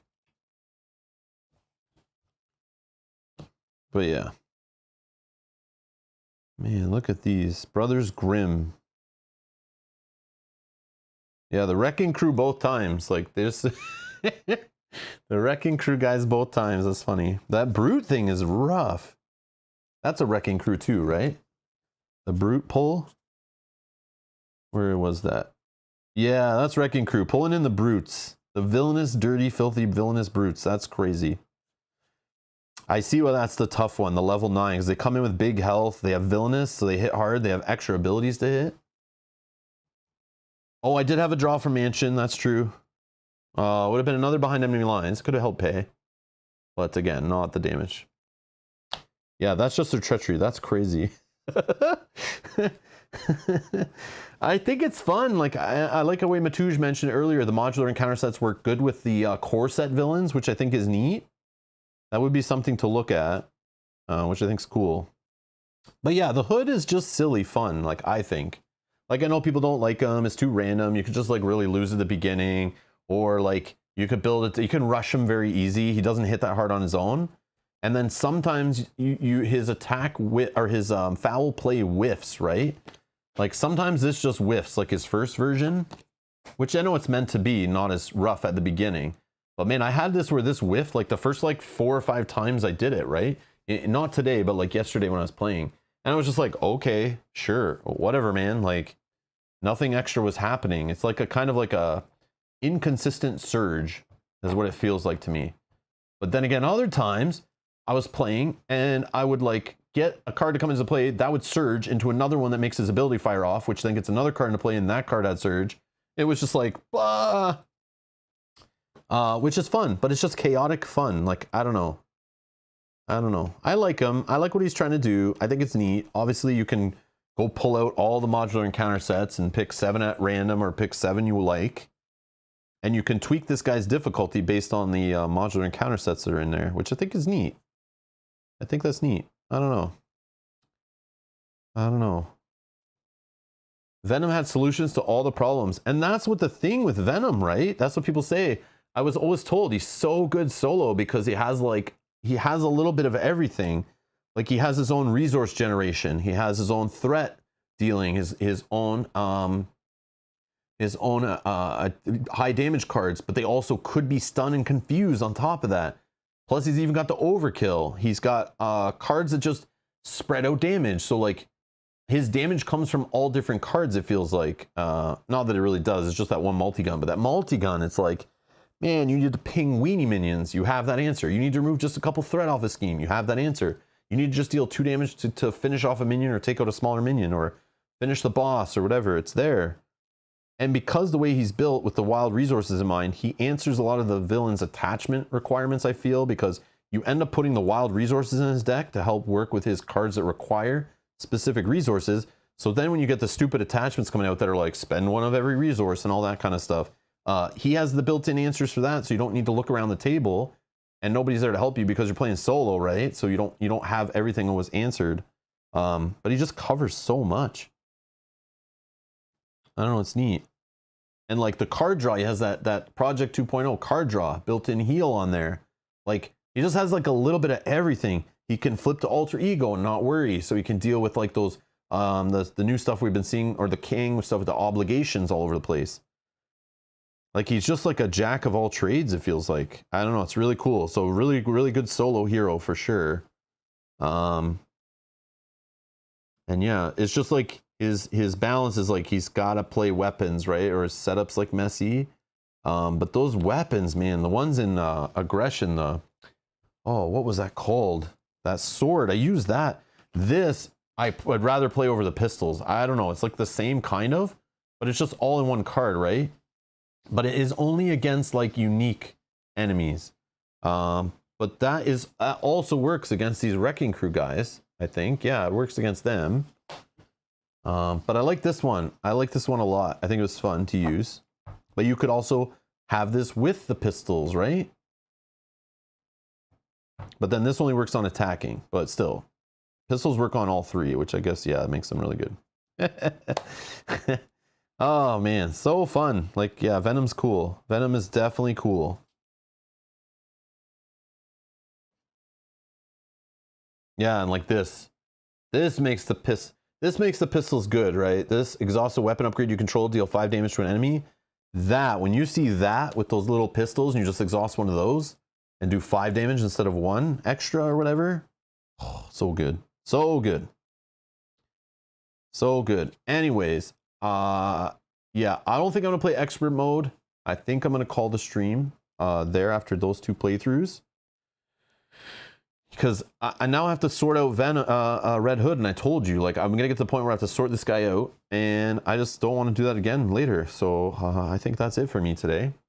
Yeah. So that's gonna be it for today. I'm gonna go sort this stuff out, clean this stuff up, and then yeah, we'll figure out when the next Marvel Champions stream is later today. Hopefully, I'll be able to schedule it later today, if not tomorrow, and figure out when it is. Might be this week. We might play with Mel and do 2-player against Once and Future Kang, maybe, and I don't know, using a pair of heroes. I gotta figure that out. Yeah, Bromby, exactly. That's the setup I was talking about earlier, is like the setup and the teardown with the hood. I like the way the setup of, like, if you already have the modular encounters with you, but if you gotta like search your collection for them, get them out, and then I don't mind the way it puts them in during play, but it does slow down play, right? You keep having to get them, shuffle the deck, get them, shuffle the deck, which is fine, but it's the cleanup after. That's like, it's not just, usually Marvel Champions is like super quick to just reset, play again, reset, play again. But with the hood, it slows that down. So yeah. Oh, and you still have to sort the monitors out. Yeah, true. Just pull out the random sets. Then you never have to do the teardown.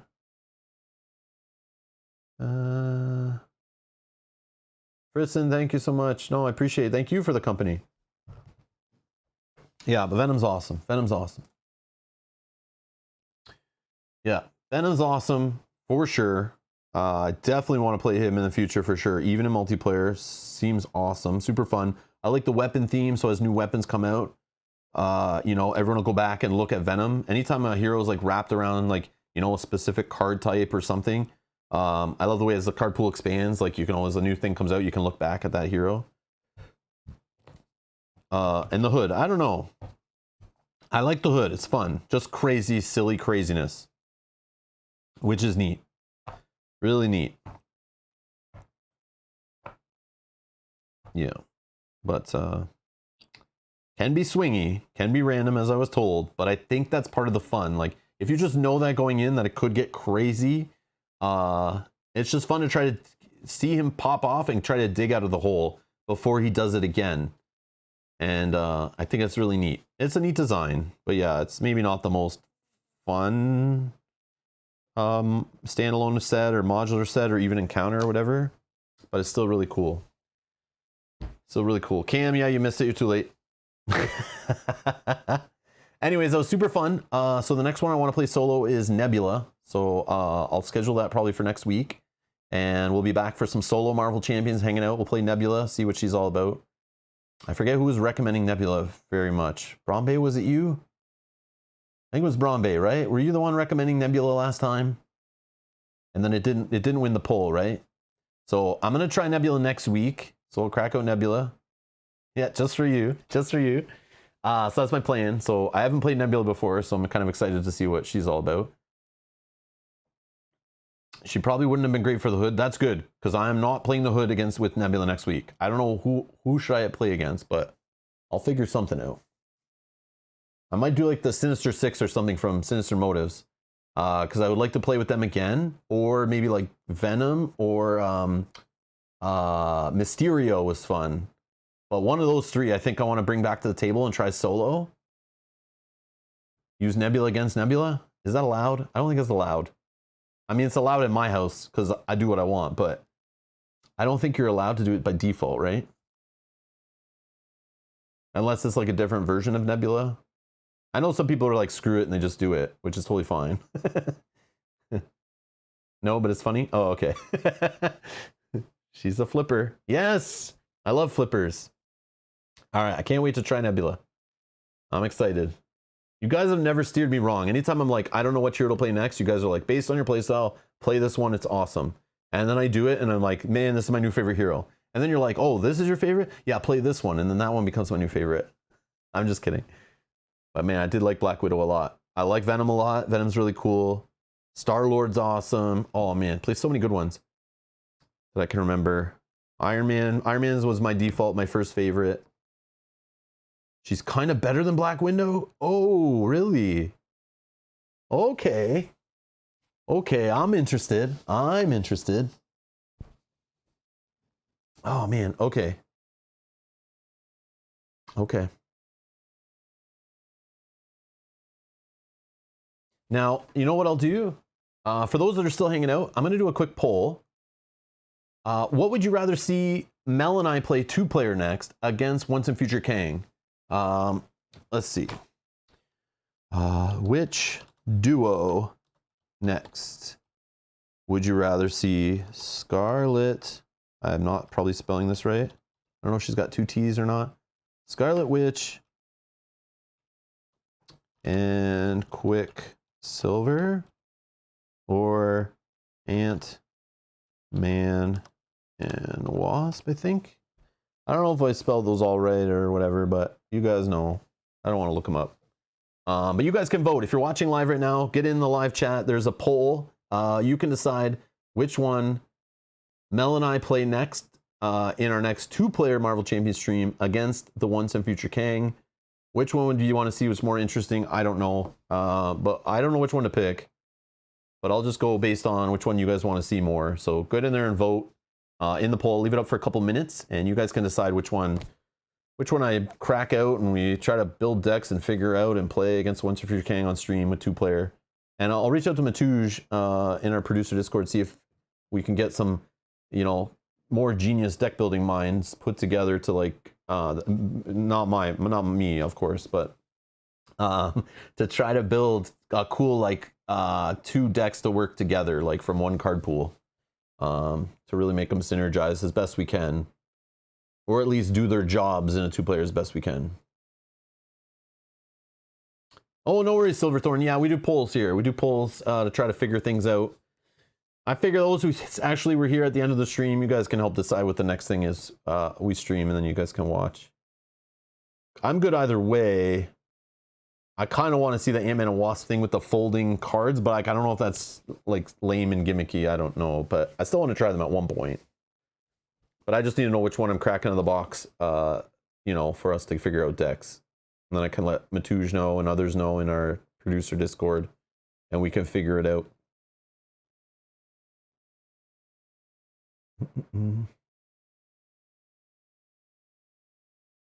Oh, Cam says Scarlet Witch and Quicksilver have an amazing team-up card. Twisted Action Gaming says Scarlet is just amazing on her own.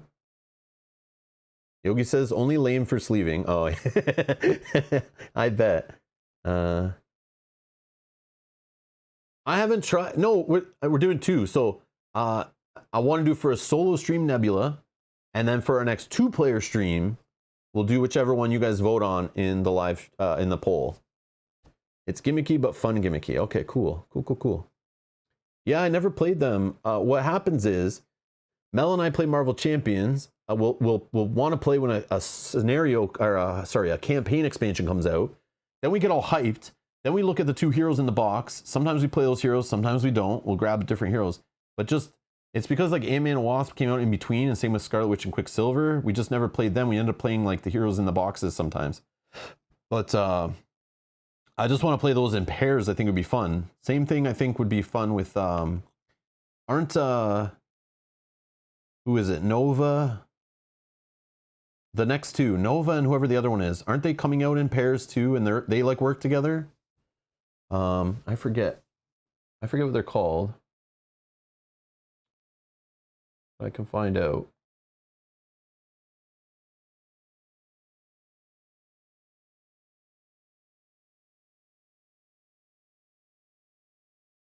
Oh, Ironheart and Nova. Do they work together, right? They're designed together.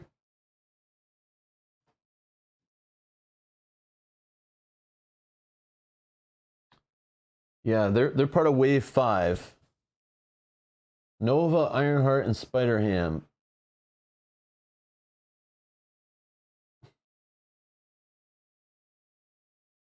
Maybe they mention it? We don't know.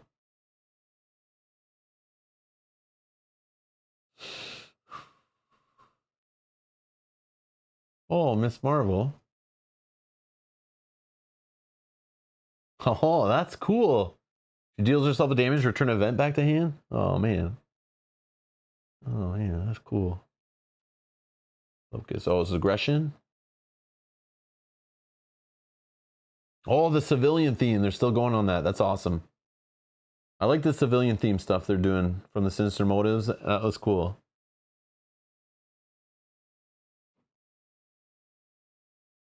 Armadillo. Spend one resource of any type, search your deck and discard pile for a Supernova helmet. Add it to your hand, put it into play instead if you paid for this ability using a wild. Well, hello. Nova gains the aerial trait, exhaust, Supernova helmet, generate a resource. Okay, so it's just making money.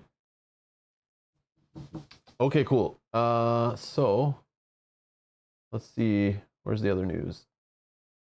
Ironheart. I'm just trying to see if maybe they spoiled it. If they show a team up card or something, or talk about them together. But it doesn't seem to be that way.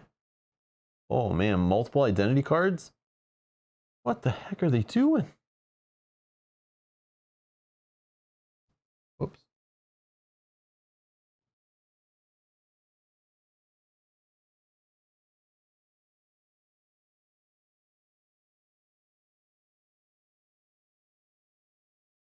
Oh, Cam, you bastard. Cam says, Spider-Ham is probably June. I know who's coming after Spider-Ham, but I'm not going to say. Oh, man.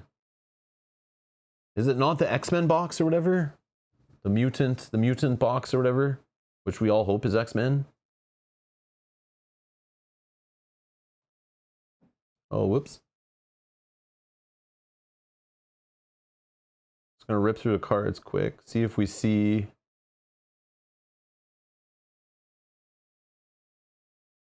I'm just looking to see if maybe the team up cards like in this little in the cards that they show. No, I don't think so. Oh, there's one more pack before the X-Men box.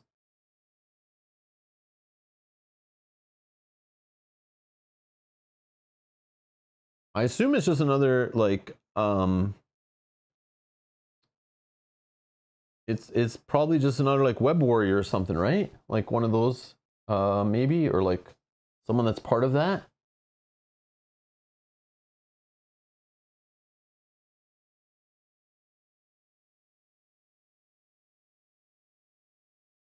Oh, she's a champion. Huh.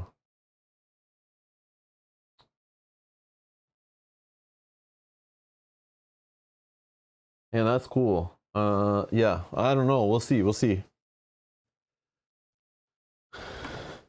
The girl that rides a mecha suit? Oh, Penny Parker?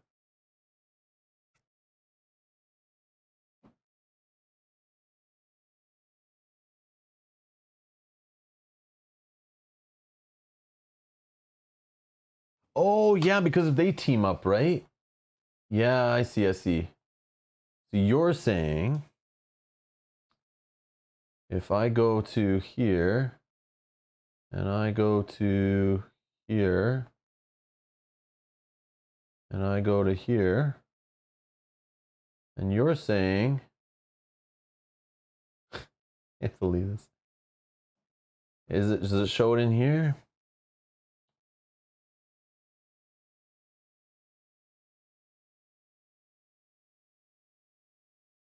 Is it Lady Spider?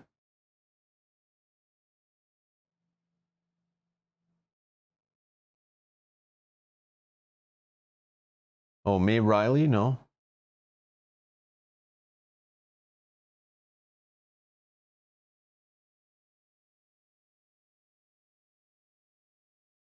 Hmm. Oh, I don't know. Oh, spider with the lines, right? Oh, okay, okay. I don't know enough about those ones. I don't know who that is. Look up Penny Parker. Okay, okay. Penny Parker.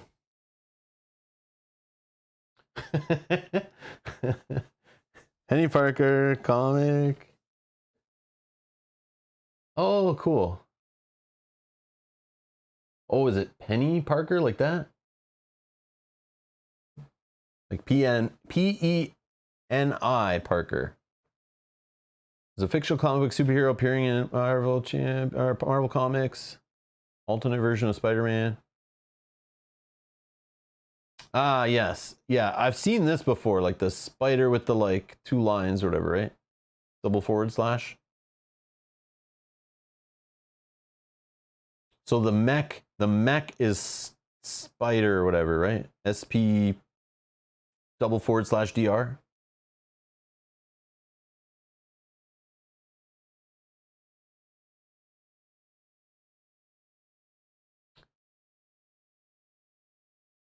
So her father built the mech, which protected New York from crime and other dangers. After his mysterious death, Penny approached by her Aunt May and Uncle Ben to become the new pilot of SPDR.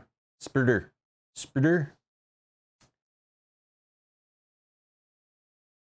In order to do so, however, she is to be bitten by the sentient radioactive spider which controls part of the suit. Soon after being bitten, Penny becomes a new protector of the city. 5 years later, she battles her universe's version of Mysterio. An obsessed fanboy of hers, Penny eventually teams up with her universe's version of Daredevil, who had known her father, to battle a group of criminals before being approached by Spider-Ham and Old Man Spider. Who is Old Man Spider? To join the Spider Army to fight the Inheritors, which we know is in... The Inheritors are the ones that are in the Spider-Ham pack. Okay, this is all making sense now, sort of. As much as it can for comic books. Comic book worlds are insane. Old Man Spider is Ezekiel Sims. He took the Spider-Man mantle after his realities. Peter Parker was killed by Morlun. I don't know who that is. Oh my God, this is all insane to me. I'm telling you, man, Spider-Man 66 and the Spider-Man movies and some comics, some 80s and 90s Spider-Man comics. That's as far as I went. I didn't know about any of this Spider-Verse and craziness and Spider-Hams, but it's cool though. Holy crap, so many. Spider-Punk is a thing? Spider-Punk, Earth 138. Spider-Punk, aka the Arachnic or Anarchic. Arachnic. I can't even say this word. Spider-Man, an African-American punk rocker named Hobart Brown. Who's the other Spider-Man? The one with the spiky hair, the rockin' one, right? Is that him? Like we have him in the game, right?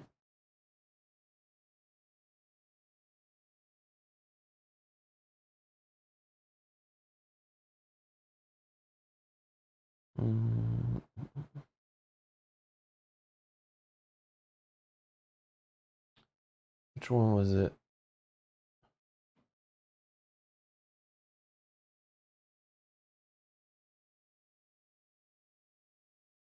This one? Hobby Brown? Is that the one? Oh, it is him. Okay, cool. Yeah. Okay. I wish I could see art here, but there's no art. Yeah, Mel was playing with that one in her Ghost Spider deck, right? Ah, that's cool. That's a lot. Cool. You guys are crazy. I love it. Wonder if we'll get Morbius or Wong for new movies coming up, or Moon Knight. I don't know. Yeah, I'm not sure how they plan that stuff, right? Like, how much do they know about what's coming up in the Marvel Cinematic Universe, right?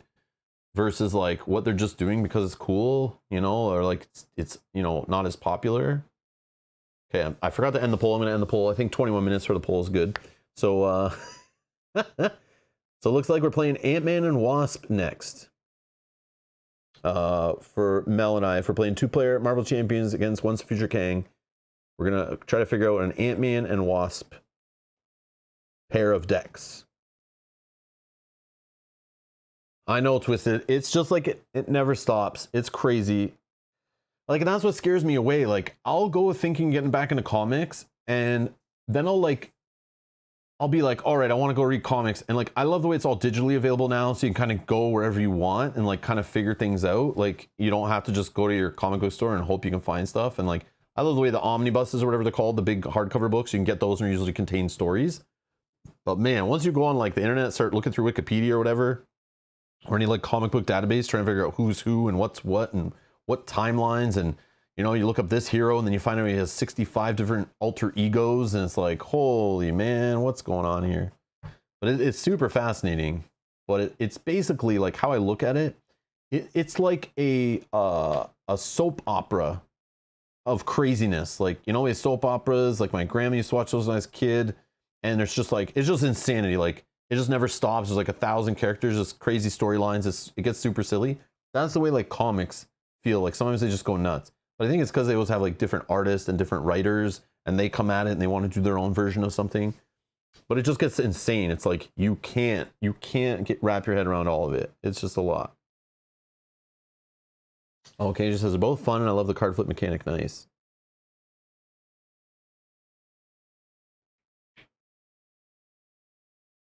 I know, Twisted, I can't get into comic books like that. I would rather just do the services, like when you pay, what is that called? I used to do it years ago on like my Android tablet. You could pay and then you have like access to like a whole bunch of comics, and you could just go through it digitally.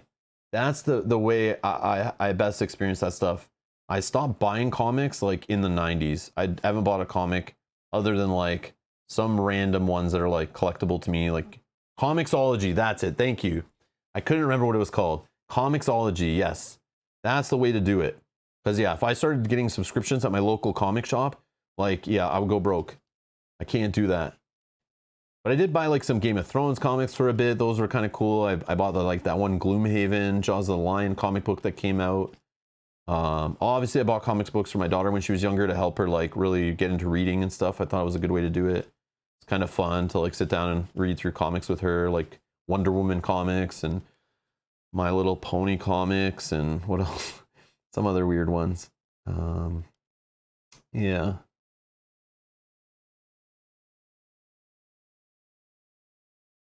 feels good though when you get those comics that are rare for MSRP. Yeah.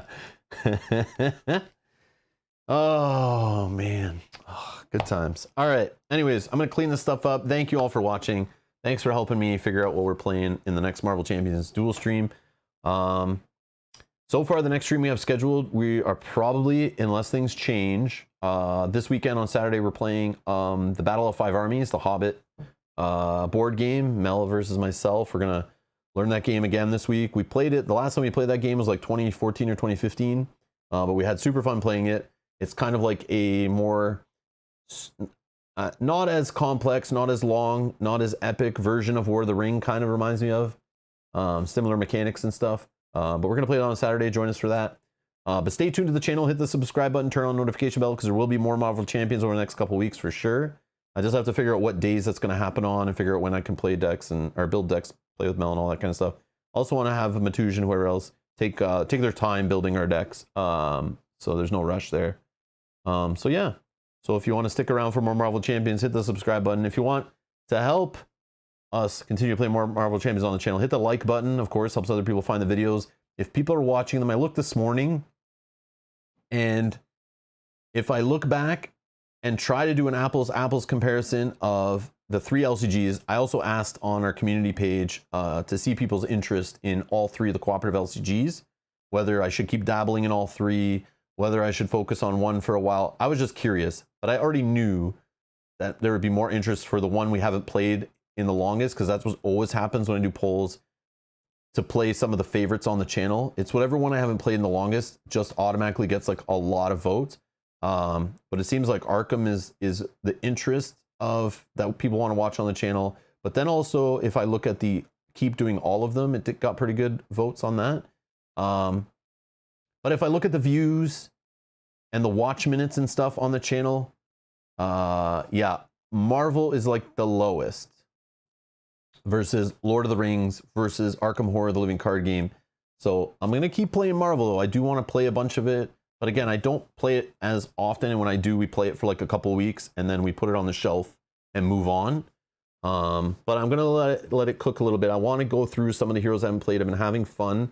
I've been missing playing it solo on the channel. It's been a while. So I'm going to keep playing it for the next little bit. So if you want to help, share the videos, you know, wherever, hit the like button, all that kind of stuff will help people find Marvel Champions on the channel. Maybe we can have more of an audience for it on the channel. But in general, it seems like you know, it's kind of like saturated out there maybe. And there's already other channels that do it consistently and that's their main thing. So, you know, they don't need another channel not, you know, doing it casually doesn't need to be done. So I'm fine with that. I don't care. I'm all good. As long as I'm playing great games, I'm a happy dude over here. So, yeah, D Miller, I did like the hood. It was wacky, fun. It got out of control a little bit there, but I do like the hood's zaniness and randomness and just like the wackiness of the hood scenario. I think is super fun as long as you're okay with that. But it can be frustrating, but it can also be hilarious. But sometimes it could just never really get out of control and feel kind of boring. So, but yeah, at least not today. It was not boring, but yesterday I had a couple that were like just too easy. And yes, I pitched the pistol a couple more times. They're all good. Arkham just offers more story. Yeah, I love them all. I love them all for different things, of course. Of course. I'll still play all three. Don't get me wrong, but I was just curious to see. I was curious. So yeah. But again, obviously I want to play the one that the audience wants to see more. So I'll continue to do polls. We'll continue to play the campaign boxes and play more Marvel. So thank you all for watching, and I'll see you in the next stream. Bye-bye.